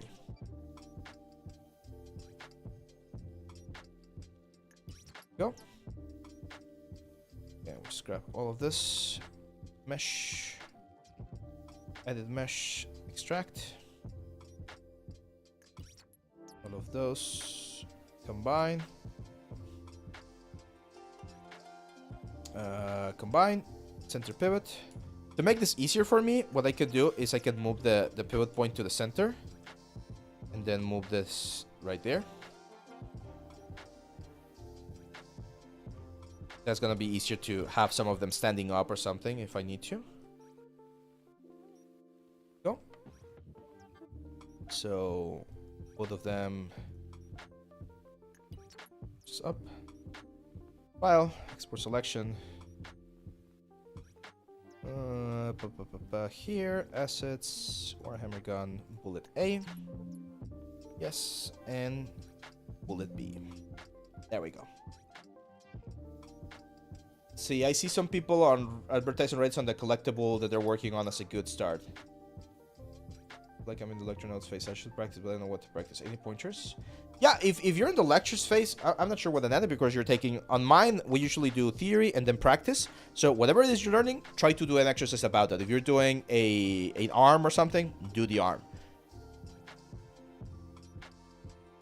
Yeah, with collectibles, a lot of people do Patreon. A lot of people, again, they start like their channel or something and they just sell their products. So there's multiple ways to do it. Best advice is you need to have a good offer. That's I guess that's one of the beauties of capitalism. If you have a good idea and you can execute it nicely, then you can do a good, like, you can do cool stuff. There we go. There's a lot of patina on that one. And it's a lot of patina because of the ambient occlusion and stuff. That's fine. I'm just gonna rotate it so that we see the, like, the shiny part of the elements. Another thing is we might just go back, do another bake with this bullets. Nope.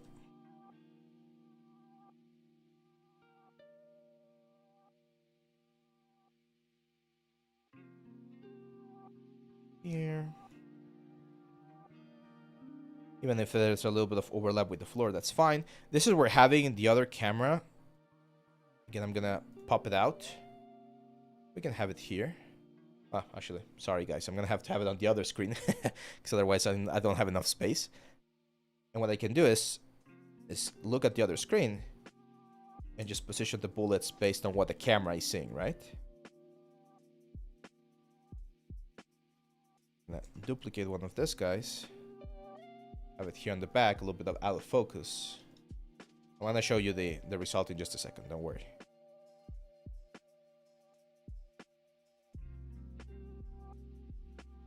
Someone mentioned that they wanted blood, right? Not sure if we want blood here.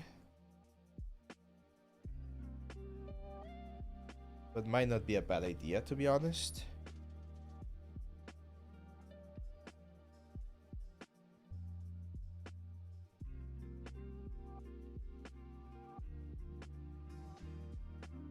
There we go. There we go. So let me show you now how it looks. Close this over here. Go camera 1. There we go. So now we got a couple of bullets. Out of focus, in focus. We see the effect right there. I'm not sure about the blood. What do you guys think? Should we add the blood? Should we add the blood? None should have gone before. Why the heat on the barrel then? I was thinking it was just like permanent from the, you know, from how many times it was used or something. Permanent damage. Yeah, I don't think we add the blood either. I think it would look weird. Is Unreal Engine's Path Tracer better than Marmoset? I have not tried Path Tracer, but Path Tracer, I think it's better than ray tracing. It's more precise, if I'm not mistaken. So it might work. Nah, right? Yeah, I think we're fine here. So let's do another render. Here, just a render image.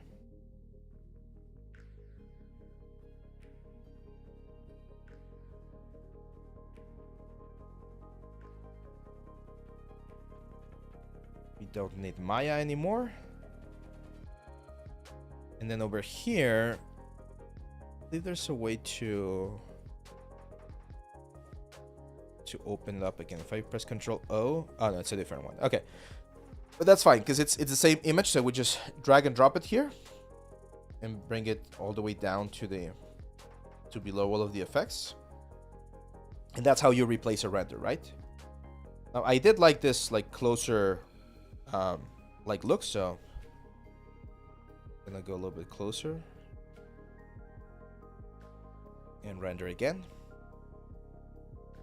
And yeah, someone was mentioning on the comments, this is the fun part because you get so many takes on this. Like, you would be surprised how many times, especially for productions like, again, cinematics, commercials and things like that, you do it 1 time, 2 times, 3 times, 4 times, and it's just little changes that they're seeing or noticing that they want you to modify and just move. So yeah, exactly. I agree, V. Like, if we added blood, it would just look a little bit out of place.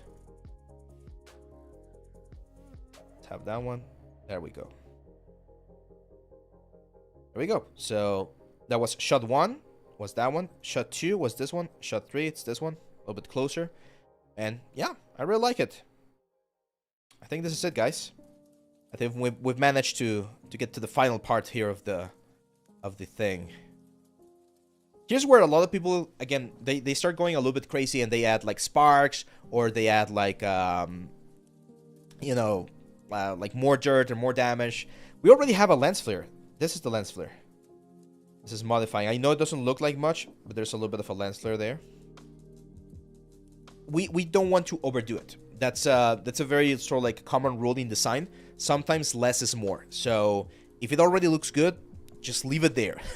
don't add more stuff because it can just make it worse, and we don't want that. It can make it very, very noisy. So I think right here we have a good balance. The last thing I want to show you guys is how we can do this, or how we can turn this into a little quick cinematic.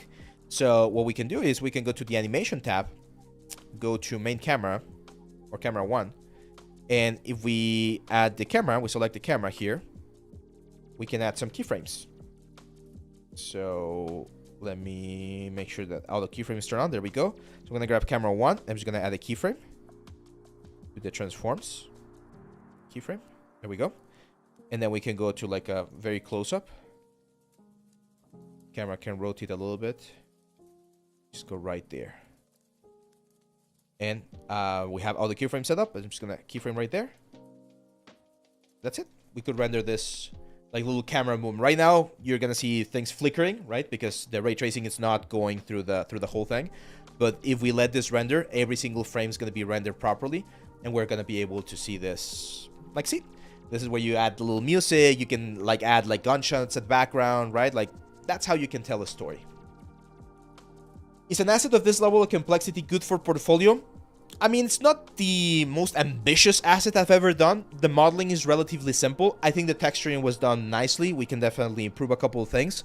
The presentation, I think it's also on a good level of presentation. So yeah, I would say this is a good portfolio level asset. But again, you guys are the judges. You guys have seen a lot of portfolio reviews in the past couple of months with me. So you are the ones who are going to be oh, is this up to the level of all of the big portfolios that we've seen?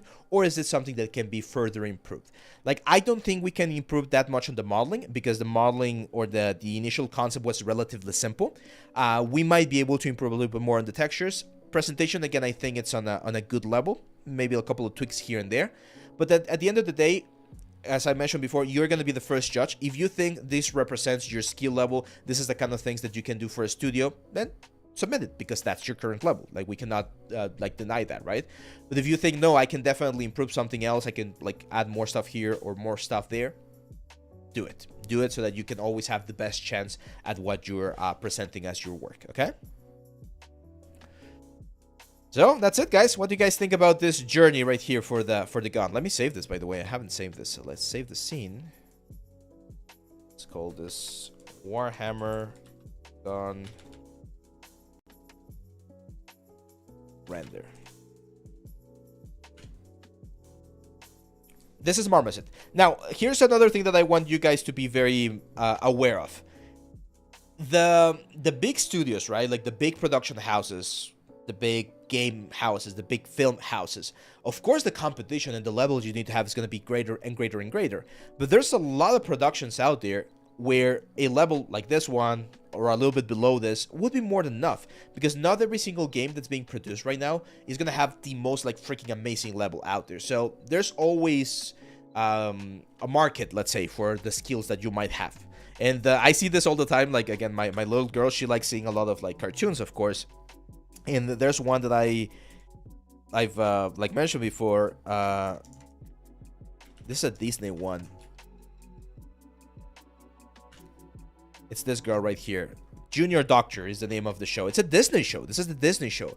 And look at the quality on the textures and the materials. Again, I'm not criticizing the artist, because I know the very tight production timelines that people sometimes have for these shows. Like, you need to do like a full episode in a week. Like everything, animation, modeling, rigging, like everything, if you need a new character and stuff like that. So it's very, very important that you guys understand that there's all kinds of different production levels out there, okay?